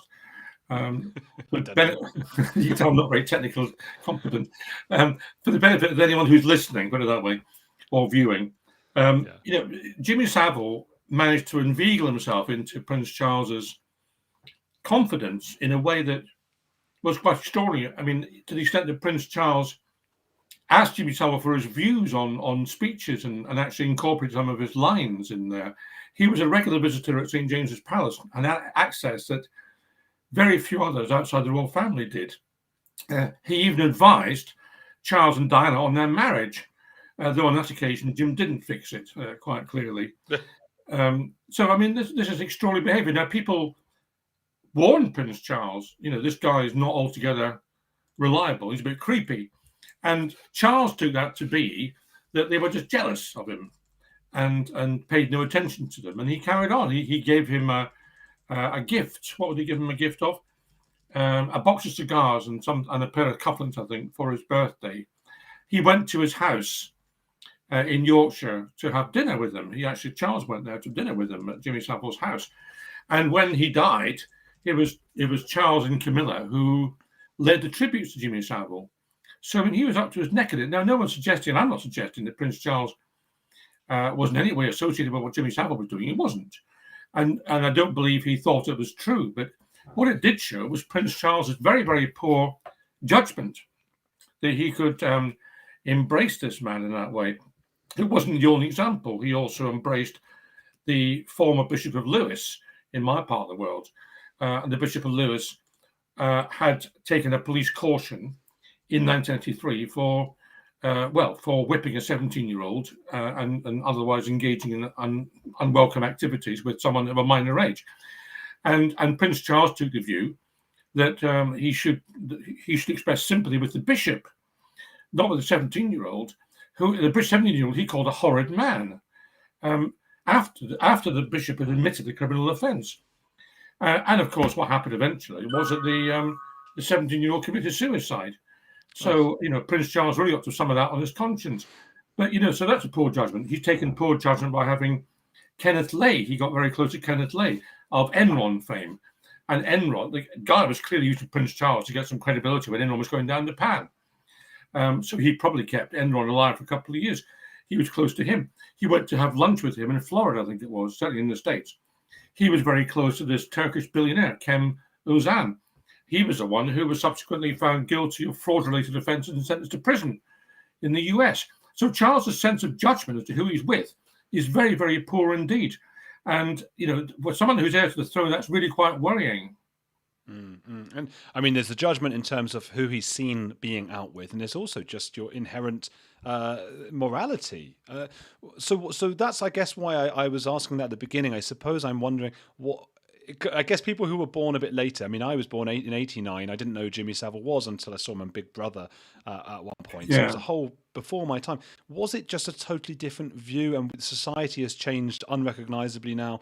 Because surely Charles would have been advised by someone like, this guy is abusing children. Or he wasn't advised, but he put it down to jealousy. I mean, that's the fact of the matter. But yes, society has changed enormously. I mean, let's be quite clear. I mean, for example, it was illegal to be gay until 1967. I mean, that's really quite recent in people's lifetime. And certainly you couldn't get elected to public office if you were gay until the 1990s. The first one was Chris Smith, the Labour MP, who came out. And he came out in a I'm not criticising him, he was very brave, but he came out in the Save Labour seat in Islington, so he can get away with it. But I mean, these things are quite recent in terms of public opinion changing. The attitude towards women, you only need to look at one of the early Bond films to see how Sean Connery treated women in the Bond films in the 60s. And it's excruciating. I sat down and watched, I think it was Thunderball with my daughter. And it was hugely embarrassing. He basically, James Bond in the film, basically raped this woman. And that was regarded as okay.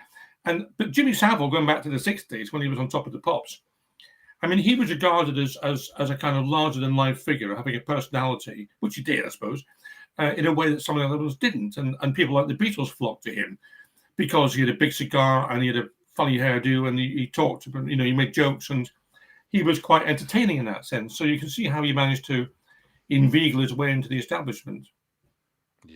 Yeah, it's a difficult one, isn't it? Because I guess we do watch those, like the documentary and all the footage, we watch it now with our own morals of today. So all the bits of him sort of pinching people and people going, how could they not have known? But I think a lot of people were up to that.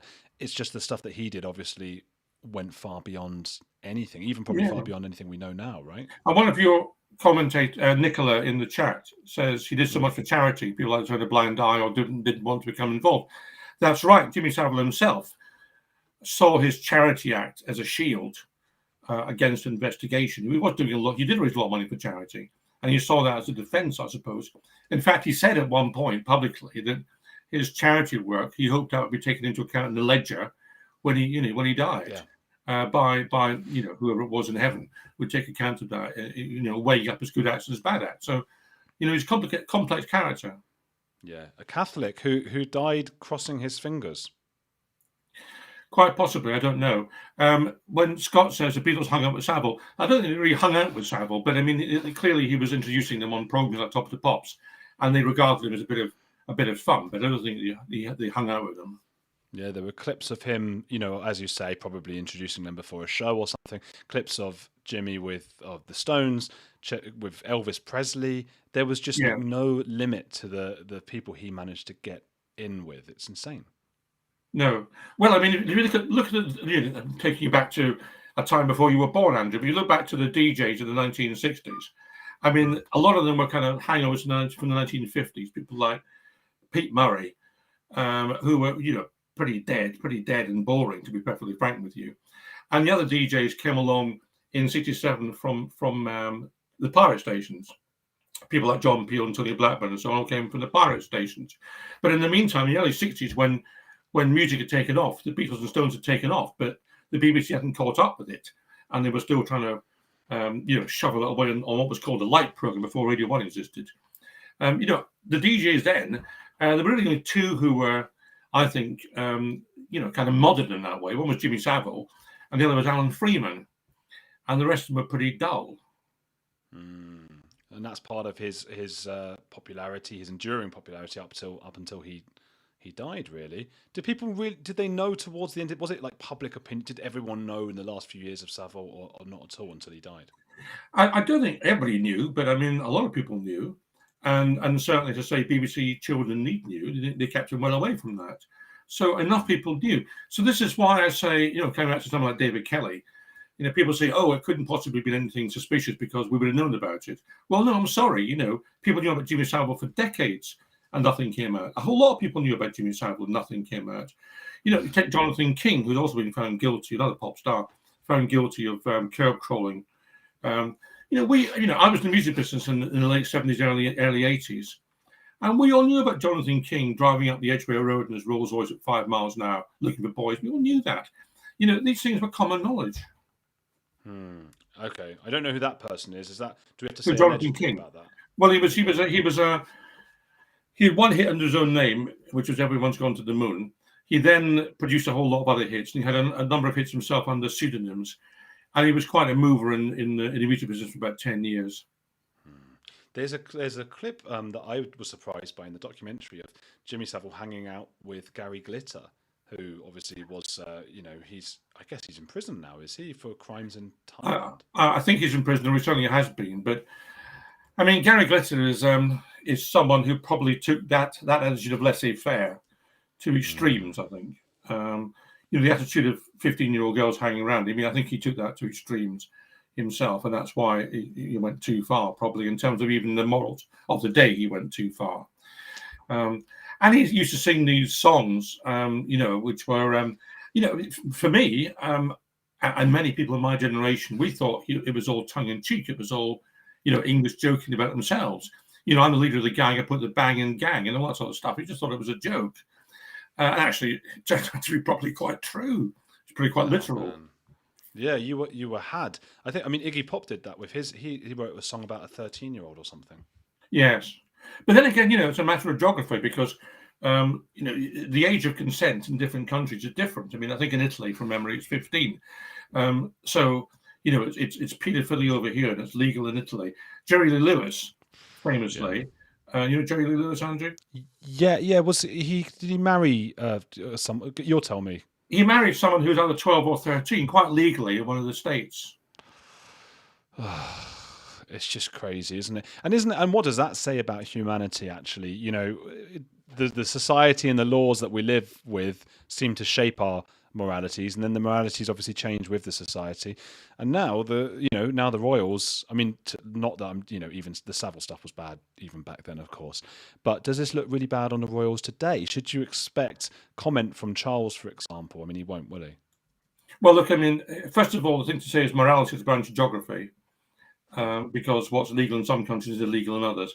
It's also a branch of history. If you look back, the attitude towards homosexuality was totally different in Roman and Greek times when anything went.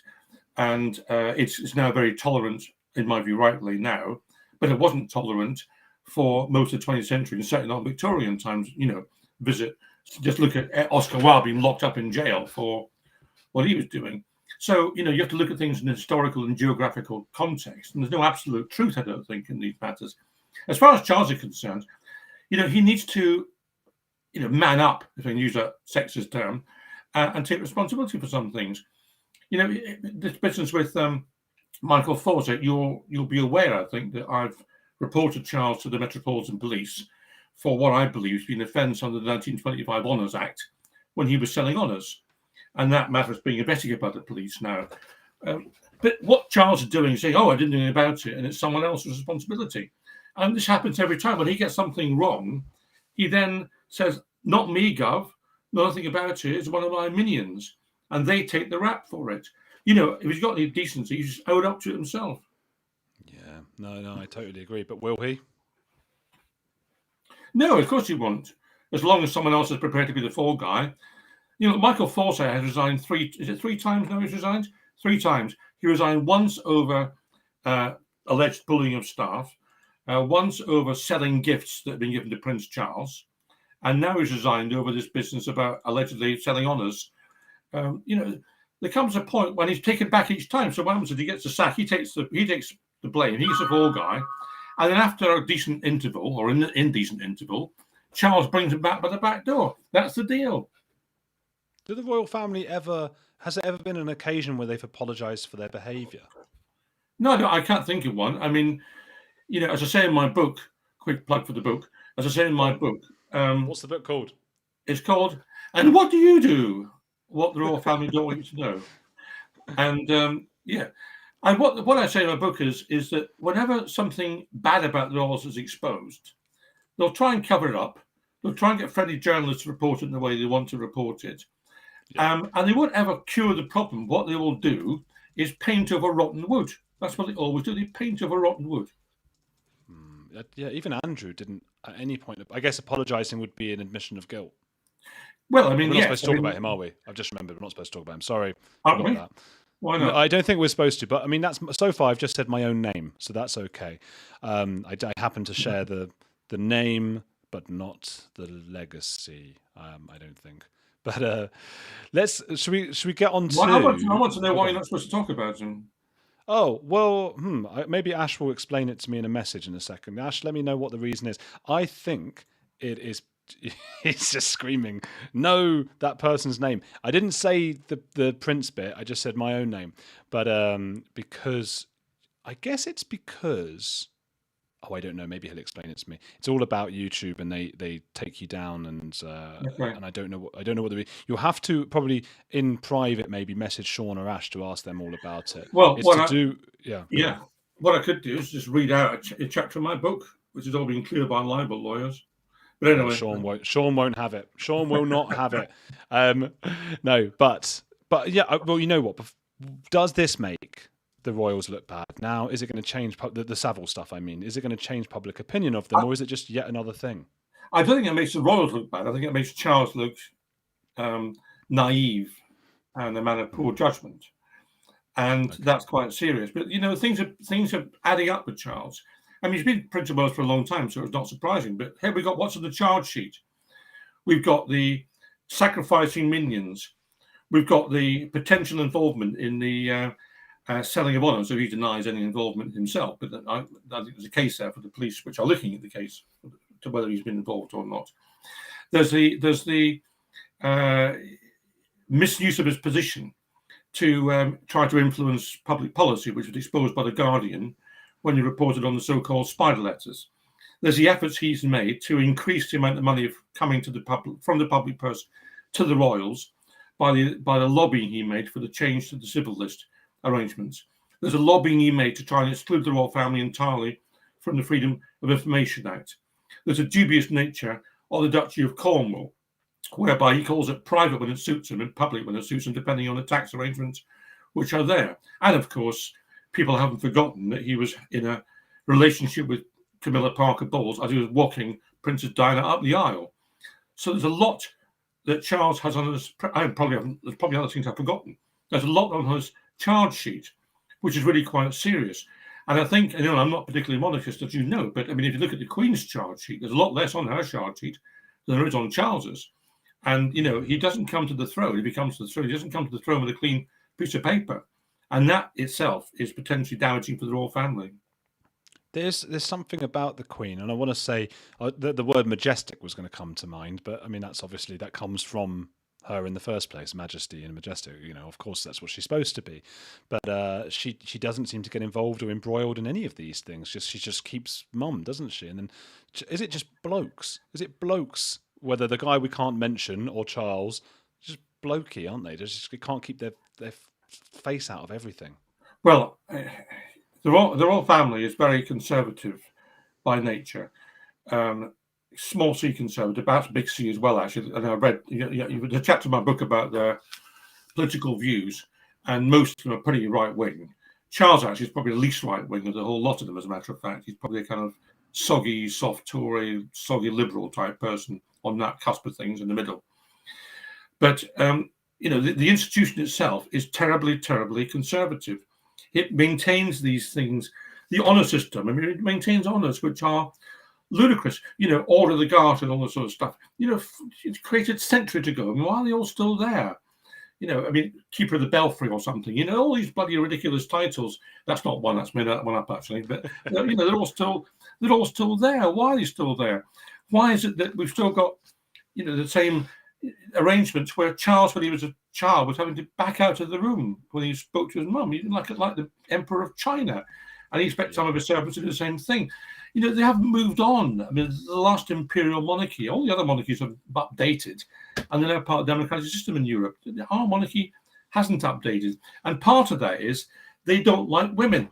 Now, they've had to put up with the Queen because she's in charge of the royal family in a sense. I mean, she's come to the throne. They can't do much about that. But the other women who've been anyway, prepared to stand up for their own personalities, that isn't very popular. Diana was basically squeezed out. Fergie wasn't popular because she was like she was. And Meghan wasn't popular because she had her own mind, independent, and was bright. They don't like that. They don't fit into the box.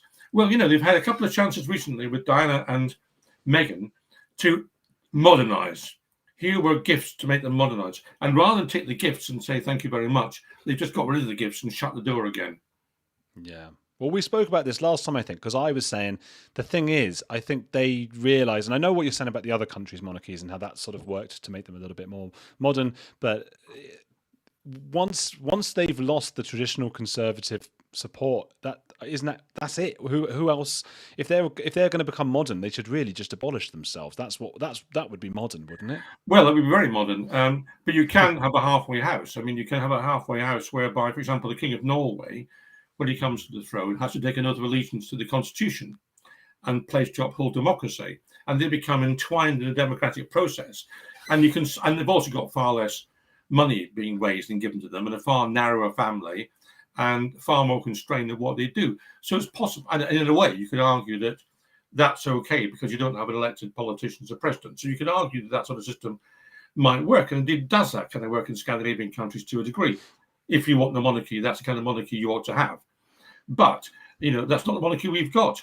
The monarchies that were like ours, the Russian Tsar, the Austrian Emperor, the German Kaiser, the French King, they've all gone. Ours is the last imperial monarchy left. And for how much longer? Is that a rhetorical question? Are you asking me? I'm not sure, It came out rhetorical, and then I thought, I wonder what Norman thinks. There's been an opinion poll some time ago, about 15 years ago, I think, which asked people, do they think there'd be a monarchy in 20 years' time, 50 years' time, 100 years' time, whatever? And what it showed was that most people believed that the monarchy was time limited over a long period of time. Now we've got a real challenge coming up. I said Charles has got a charge sheet against him.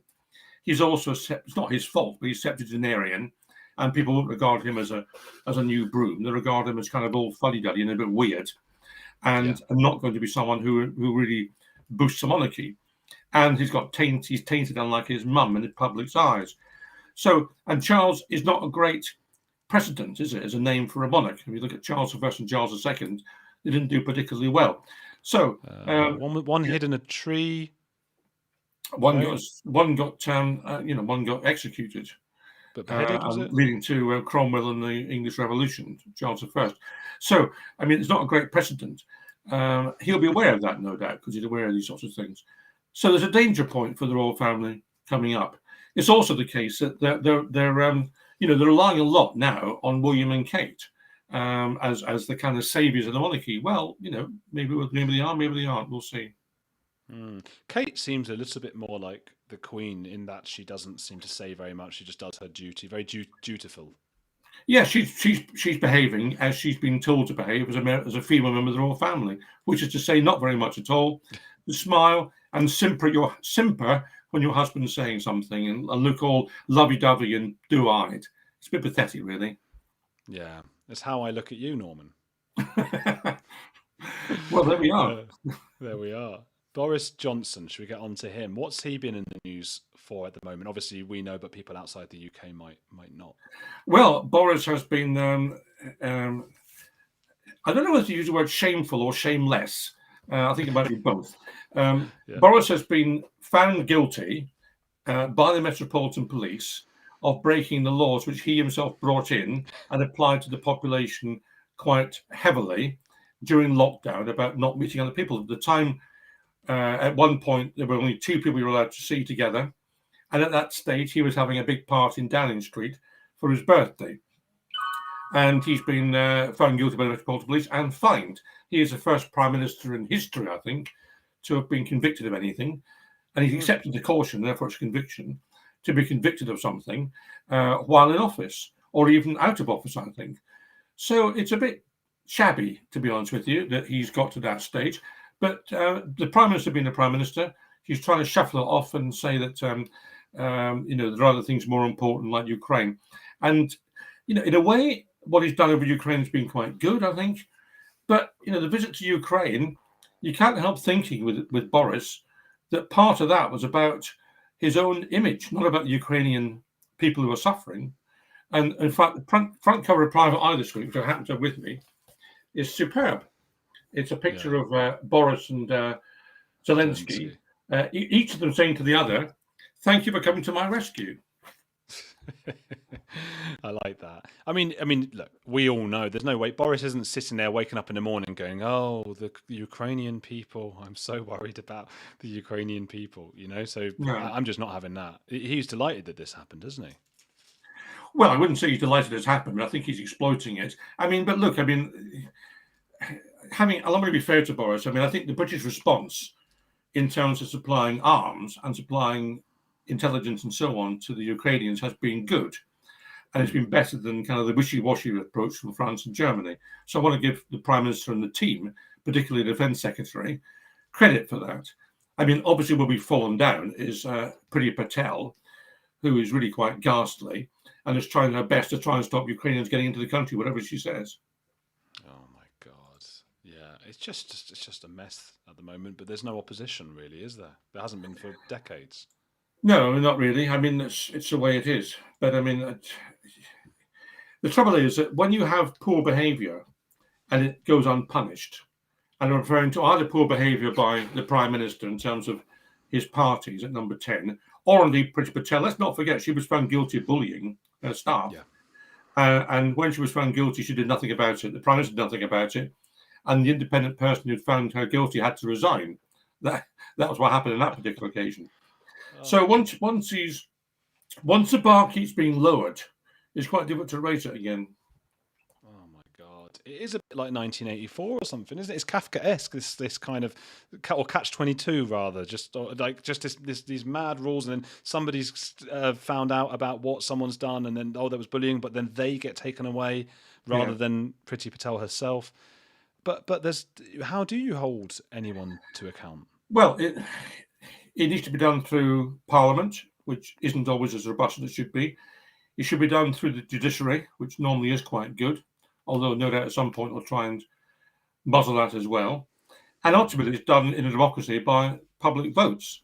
And I think the Tories are going to get a bit of a shock. Well, maybe not a shock, but they're going to get hammered in the local elections next month. And one mantra that's sticking, and it should stick, is the one that Labour's pushing, which is one rule for them, one rule for everybody else. Actually, I think Labour's got that wrong, because actually it's no rules for them and lots of rules for everybody else. Yeah. Well, I guess the one rule would be that there are no rules. Yes, that's an interesting kind of philosophical question as to whether that's a rule or not. Their rule is you are allowed to go out for, what it was parties when they were supposed to be. It was wine in a suitcase. Let's not forget that. We're bringing wine in a suitcase from the off license. Why did they say that? Why wine in a suitcase? Well, because they can't go to the pub, so they all brought the bottles of wine back, and there were so many of them, they had to get a suitcase for them. Just a big bag would just okay. Yeah, suitcase is a big bag, isn't it? Just a really mad thing. And I'm not somebody. I don't usually get all sensationalist actually. And when people get angry at someone, I always think, well, and I quite like my leaders to have some sort of rebellious streak, right? We don't trust people typically who obey every rule.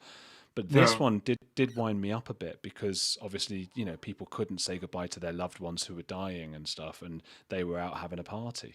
Well, there's two things about the party gate, I think. The first one that people are concentrating on, understandably, is the one you just raised. And many people do feel very angry and very bitter when they've made sacrifices, often very, very personal sacrifices, not going to funerals for relatives and stuff like that. And they feel absolutely trashed by the Prime Minister and the way he behaved. However, there's another point which in my view is equally important, which is this: he has lied to Parliament. He has lied to Parliament, and if you lie to Parliament, you have to go. That's the traditional remedy. You cannot lie to MPs on the floor of the House. You have to go, and he hasn't gone. Well, this is a bit Trumpian, isn't it? It's almost like Trump tore out the rule book and changed it because he was just like, "Nah, I'm not gonna." I just keep saying no, just keep lying. I think they found he had something like 20,000 lies by the end of his presidency.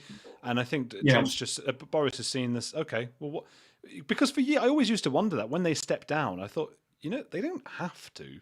They step down as sort of, what is it, honour or something, but they don't have to, do they? Who doesn't have to step down? Politicians in general, prime ministers and things, they don't have to step down for the sake of the Prime Minister's position is thereby with the tolerance of his own party. Ultimately, there's a majority of Tory MPs, and although Labour and Lib Dems and the SNP have called for him to go, they can't make him go. The people who can make him go are Conservative backbenchers. Now, Conservative backbenchers may act out of morality. Lord Wolfson, the Justice Minister, resigned today because of the way Boris is behaving. So some of them do behave in that way. However, the majority of Tory MPs will get rid of Boris as and when they conclude he's an electoral liability. If you think he's an electoral asset, they'll support him. It's as simple as that. So he's going nowhere before the local elections. Let's be quite clear about that. But if the local elections are a complete disaster, then I think he may go at that point. And let's remember that he's not out of the woods even by his own standards, because the Sue Gray report, which is likely to be very damaging, hasn't yet materialised. And more to the point, what the police seem to be doing, and the papers haven't by and large picked up on this, what the police seem to be doing is taking one instance at a time, analysing one instance, and then issuing penalty points, as it were, penalty notices for those individual instances, which means there are a whole lot more, including, for example, the event in Boris's flat, they haven't got around to looking at yet. So we're faced with the prospect, I think, of Boris getting more and more fines as we go on a drip basis over the next few weeks. Now, Rishi Sunak's got one today. Rishi Sunak, I feel a bit sorry for in this respect, because I understand he just popped down, he knew the thing was going on. He went in there and he felt he couldn't leave. So he's got more of an alibi. And I think this is the only one he's been implicated in. But Boris has been implicated in a whole range of them. And I think the police are going to run through one by one, and he will get more and more fines with Boris. And at what point is a Tory backbencher is going to say to him herself or herself, enough's enough? It's just smacks of stupidity and impulsivity, doesn't it? Because he knew what was going on at the time. The guy ended up nearly dying of COVID, and he was going to so many parties and things at a time when we were all being told not to. Yes. Just where the guy, he's got this chance of being prime minister. He wanted it his whole life, and he has just been, it's just been controversy after controversy. He couldn't just behave for a few years. Andrew Ronsley, who writes a very good column for the Observer, rather astutely observed a long time ago that Boris Johnson wanted to be prime minister, wanted to become prime minister, and he wants to have been prime minister. He doesn't actually want to be a prime minister. He likes the beginning and the end of it. And I think there's some truth in that. But here's what we bring back to the royal family, because the reason why he behaves the way he does, and the royal family behave the way they do, most of them, comes down to one word: arrogance. Well, two words actually: arrogance and self-entitlement, because that drives them both, and it'll be the undoing of both. Yeah. No, I totally agree. And I've heard that with Boris as well, because I'm of the understanding that he can't really afford to live on a prime minister's salary at the moment because he's got so many kids and all that. And there's nothing to the royal family, isn't it? Because he can't afford to live on a prime minister's salary, poor man. And Prince Andrew apparently can't mention him. £249,000 a year. I was referring to you, giving you a title of Prince Andrew. You can't live £249,000 a year, can you? Yeah, well, try to put my name and the what do you call it? Not a prefix, a prefix. What do you call that? A prince? Is that a prefix or something? It's a title. Look at a title. My title. Put my title at the end of the sentence and not next to my unfortunate. I do look at the comments sometimes, and they're talking about the prince, and they're saying horrible things, and I, for a moment, think they're talking about me. And I'm like, oh, what's a horrible thing to say about me? But only half of those are actually aimed at me. Hello, Sean. How are you doing? Who on earth would say horrible things about you, Andrew? You should have a HRH. You're more deserved than some of them. Her Royal Highness. Yes. Huge thank you for coming on, Norman. Do you want to tell the viewers where they can find you, support you, and get your book? How do you do? Yes, and what do you do? What do you do? Inside the royal family. All the things they don't want you to know, that you ought to know, because we're in a democracy and you've got a right to know. They don't tell you, so I've told you. It's in my book, available 10 quid from all good bookshops and some rubbish ones as well, and also from Amazon and all the other kind of people who make lots of money out of you. And it's published by Bite Back. And if you've really got enthusiasm for me, then I've got two other books, which one is called Against the Grain, which is my political memoir, which gives it a lowdown on the coalition years.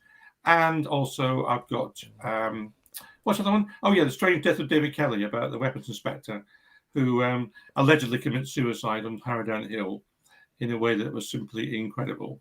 And again, the inside story on that one. So there you go. That's my collection. So if you haven't got them all, get yourself a trilogy and enjoy. The David Kelly stuff is absolutely fascinating. I urge people to check that out. Huge thank you for coming on, Norman. We're going You're very welcome. Close the show now. So you take care and have a great rest of your day. Cheers. Bye. Bye. Thank you. Bye-bye. Okay, so there goes Norman. Andrew's had a long 4 hours. I can see it in his face. Just, you know what it is I've been, so tomorrow I've got this Lloyd Evans thing, the ex-Jehovah's Witness guy. Yeah. Lloyd. So he got in trouble. He's like the ex-Jehovah's Witness guy. And he was in trouble for extramarital affairs with sex workers, which was a big deal because his whole thing was talking about, people who are forced into that kind of industry, and then he was found out for doing it himself. And it's a huge story in the Jehovah's thing. And I got an interview with him. It's like the exclusive interview with him, and it's out tomorrow. And when like the premiere's up, so the video clip's up there, and people have found it, and his haters have found it. So in between coming on here, I've just been looking at the haters who are hating him, but I'm getting dragged into it as well. I was like, who's this interviewer as well? Doesn't even know what he's talking about. Fucking bastard. So it's stressing me out. But man, you gotta get used to it. It will continue. It will escalate as your content gets more viewers on it, and it's just part of the growth of the channel and anything else that you're doing. That's if you're out there in the public, the haters are going to come, and the trick is just not to react to them. I'm reading a book right now called Hunting Trolls, and they interview the trolls. They get into their minds. They ask them what did they seek, and they say they put different things out. They find people who they think will react. They come at them with multiple accusations, allegations, anything they could say, they make up to try and get a reaction. They say as soon as they've got a reaction, they own you. That's the first thing. And then they escalate the campaign. And the most evil ones, their goal is to get people to commit suicide or to get them kicked off the internet. So should or to lose their jobs as well. Or to lose their jobs. It's all right to have banter with friendly, people who are constructive critics who have friendly banter with constructive critics. But there are levels of dangerous trolls out there that if you respond, they latch onto you and get on your socials, contact your employers, and they just really try and wreak havoc in people's lives. They're thoroughly evil. So you're saying don't respond at all? Because some of them won't think they are trolls. Some of them will think that they're being righteous. Well, that's the thing. You got to be able to ascertain which ones are trolls and dangerous, and which ones are just engaging in healthy debate and banter. Because you can have a laugh with some people, but there's a line that they cross, and then you can tell that they're trying to destroy you, basically. I get lessons, everyone, from Sean. I'll message him in the day and say, "What shall I do about this life situation?" And he'll say, "Well, from this book I've read and my wisdom, this is how you should proceed." And I do it. I'm helping my life. I'm doing better. So, is there anything you'd like to say in conclusion, then, Andrew, to the viewers this evening? It was a good episode, I think, of Attwood Unleashed. We had some good chats. I love Norman. I always love having a little chat with Norman. He's hilarious, really, isn't he? Yeah. He's good value. So there's that. That's it really. What about you? Is there any thoughts you have? No, I just thought it was really engaging. The chat was lively, and Ash, we've been promising debates, and Ash has promised us a debate next week. He's not specified which topic it's going to be, but I'm going to read you the possibles. So if you could put in the chat which of these possibles you would prefer. So the possibles are JFK assassination, believer in it was a conspiracy versus a non-believer. Flat Earth Part 2, with a flat earth and non-earther. Were the moon landings faked? Someone who believes they were faked versus not. Bigfoot. Does Bigfoot Sasquatch exist or not? UFOs. Ditto. The pyramids. Not sure what aspect of the pyramids is going to be debated. Whether they were built by extraterrestrials, perhaps. Savile. We had someone contacted us this week who supports Savile and says he's innocent. Would you like to see a Savile debunker versus a Savile supporter? I can't believe there are still Savile supporters out there. Yeah. A royalist versus anti-royalist. Kurt Cobain, conspiracy pertaining to his death. And also Tupac Shakur, conspiracies concerning his death. I think, Andrew, out of all them, I think, they're all absolutely gripping, but I think out of all them, I would love to see the Savile supporter versus the Savile detractor. Yeah, but it just stands out. It just stands out, doesn't it? The danger is the Savile guy is just going to get ripped apart. And we did have that with the flat earther, didn't we? We had Professor Dave explains he was being quite ad hominem-us on the flat earth Dave. And sometimes it's good, sometimes it could be, we wouldn't want something to happen to that person after they've been on this show, so that's what we've got to be careful of. No, and he did take it in good spirit, Flat Earth Dave did, and he is a charming, charismatic character. And I think that Professor Dave was excellent in his scientific knowledge, but if my audio hadn't malfunctioned, I probably would have tried to interject a bit more when the ad hominem terminology had started. So I think I'm just learning. That was only my second debate I've moderated, so I'm just learning now as to when to interject and rein people in. It's a curve for me, and I think you did brilliantly. You managed to get more words in than I did, Andrew. Which were about 7 words in 2 hours. But again, it was, in terms of engagement, it was the most engagement we've ever seen on the channel. And if you look at Professor Dave on his channel, it's got way over 100,000 views right now on his channel with millions of subscribers. And the engagement there is off the hook as well. So definitely we're going to keep going with these debates. I'd like to see every week on Attwood Unleashed the first hour open with a debate. I think that would be absolute dynamite. We could debate, couldn't we? And looking what the viewers are saying now. Pyramid Savile from Verity. We've got Savile from Carrie. We've got Tupac from one person. Royalist versus anti-royalist from Joan. Brendan's Did you say on Tupac's surname before? Tupac Shakur. Okay, I thought you said JFK. Shakur. 2 people saying JFK. 3 people saying JFK. Cherry Royals, Holly Royals. Ooh, another JFK. Moon landings and pyramids. All of them Savile. So it looks like the top contenders then are Savile, JFK, and the Royals. Yeah. Looking at all the votes that have come in. Yeah. Thank you guys for what you've put there in the chat. Yeah. And people watching who've been with us for 4 hours tonight, huge thank you. Let us know in the chat what you thought of it, if you were in for the whole thing. More votes coming in for Jimmy Savile, Bigfoot, JFK. Please support Andrew Gold. He has his own amazing channel and his interviews with a eclectic mix of characters as well, some of whom we've had on the channel, some of whom we're trying to get him to nudge over to us. Oh yeah. One of the debates could be, was it Jehovah's you said you were doing? Jehovah's Witness. We could try Jehovah's and get versus Lloyd on. non-Jehovah's. Yeah, that'd be good. That could be good. Could get Lloyd on for that, I bet. Joan is saying go with Savile. Yeah, I think Savile's winning. Yeah. I think Savile's winning here. Yeah. I might put a poll out on Twitter and YouTube with our lead contenders and see what people want. But if we could get that Savile person on. Yeah, but remember, this is a video entitled Jimmy Savile, so we're going to have a slightly higher proportion of people interested in Savile in this particular video compared to your normal ones. Indeed we are. And if you are looking to come on and tell your story, or if you've got suggestions, email us and we will forward all that to Ash. Because it's you, thanks to you guys, you are shaping the future of the channel and the guests we have and the direction we go in. Yeah. Fantastic. So on that note, Sean, we haven't thanked you. Thank you for all these years of fantastic entertainment that you're giving us and learning and helping us all to learn and making me a better presenter. I'll try to lead by example, Andrew. The thing is, no matter what you put on, you've got all these gimmicks, but you can't beat me because I've just got the colour on my face. Oh, I'm blue.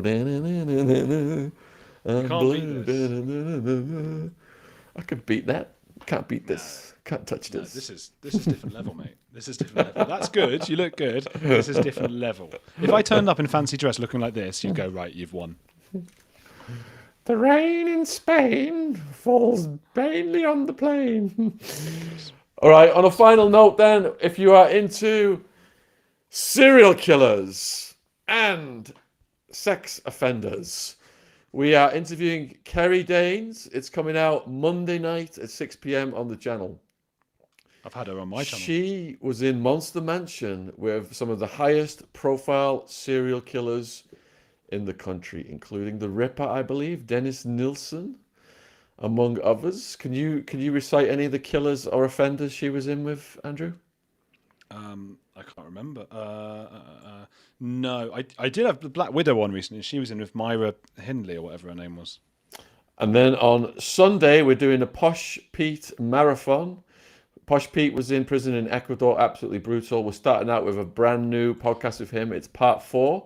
Cool. We're joined by Tug of War, and we're joined by Tug of War because there's a bit of a discussion between Jamaica versus the Ecuadorian prison system. And Stephen Graham also joins us on that one, and Jen. So there's about, how many is that? 1, 2, 3, 4, 5 of us on that podcast, starting out on Sunday. But it's a marathon one because we've added on his other episodes. Yes, Tommy Robinson versus John Sweeney. We are endeavouring to set that one up. Sweeney's got to survive Ukraine first and come home safely before we can get that one on. So that will be a massive one as well. So yeah. Just saw a video on Twitter of Sweeney dancing on a table drunk in Kiev. Oh my goodness! I bet he has. There's probably a drought of vodka in Ukraine right now that he is single-handedly responsible for. I imagine.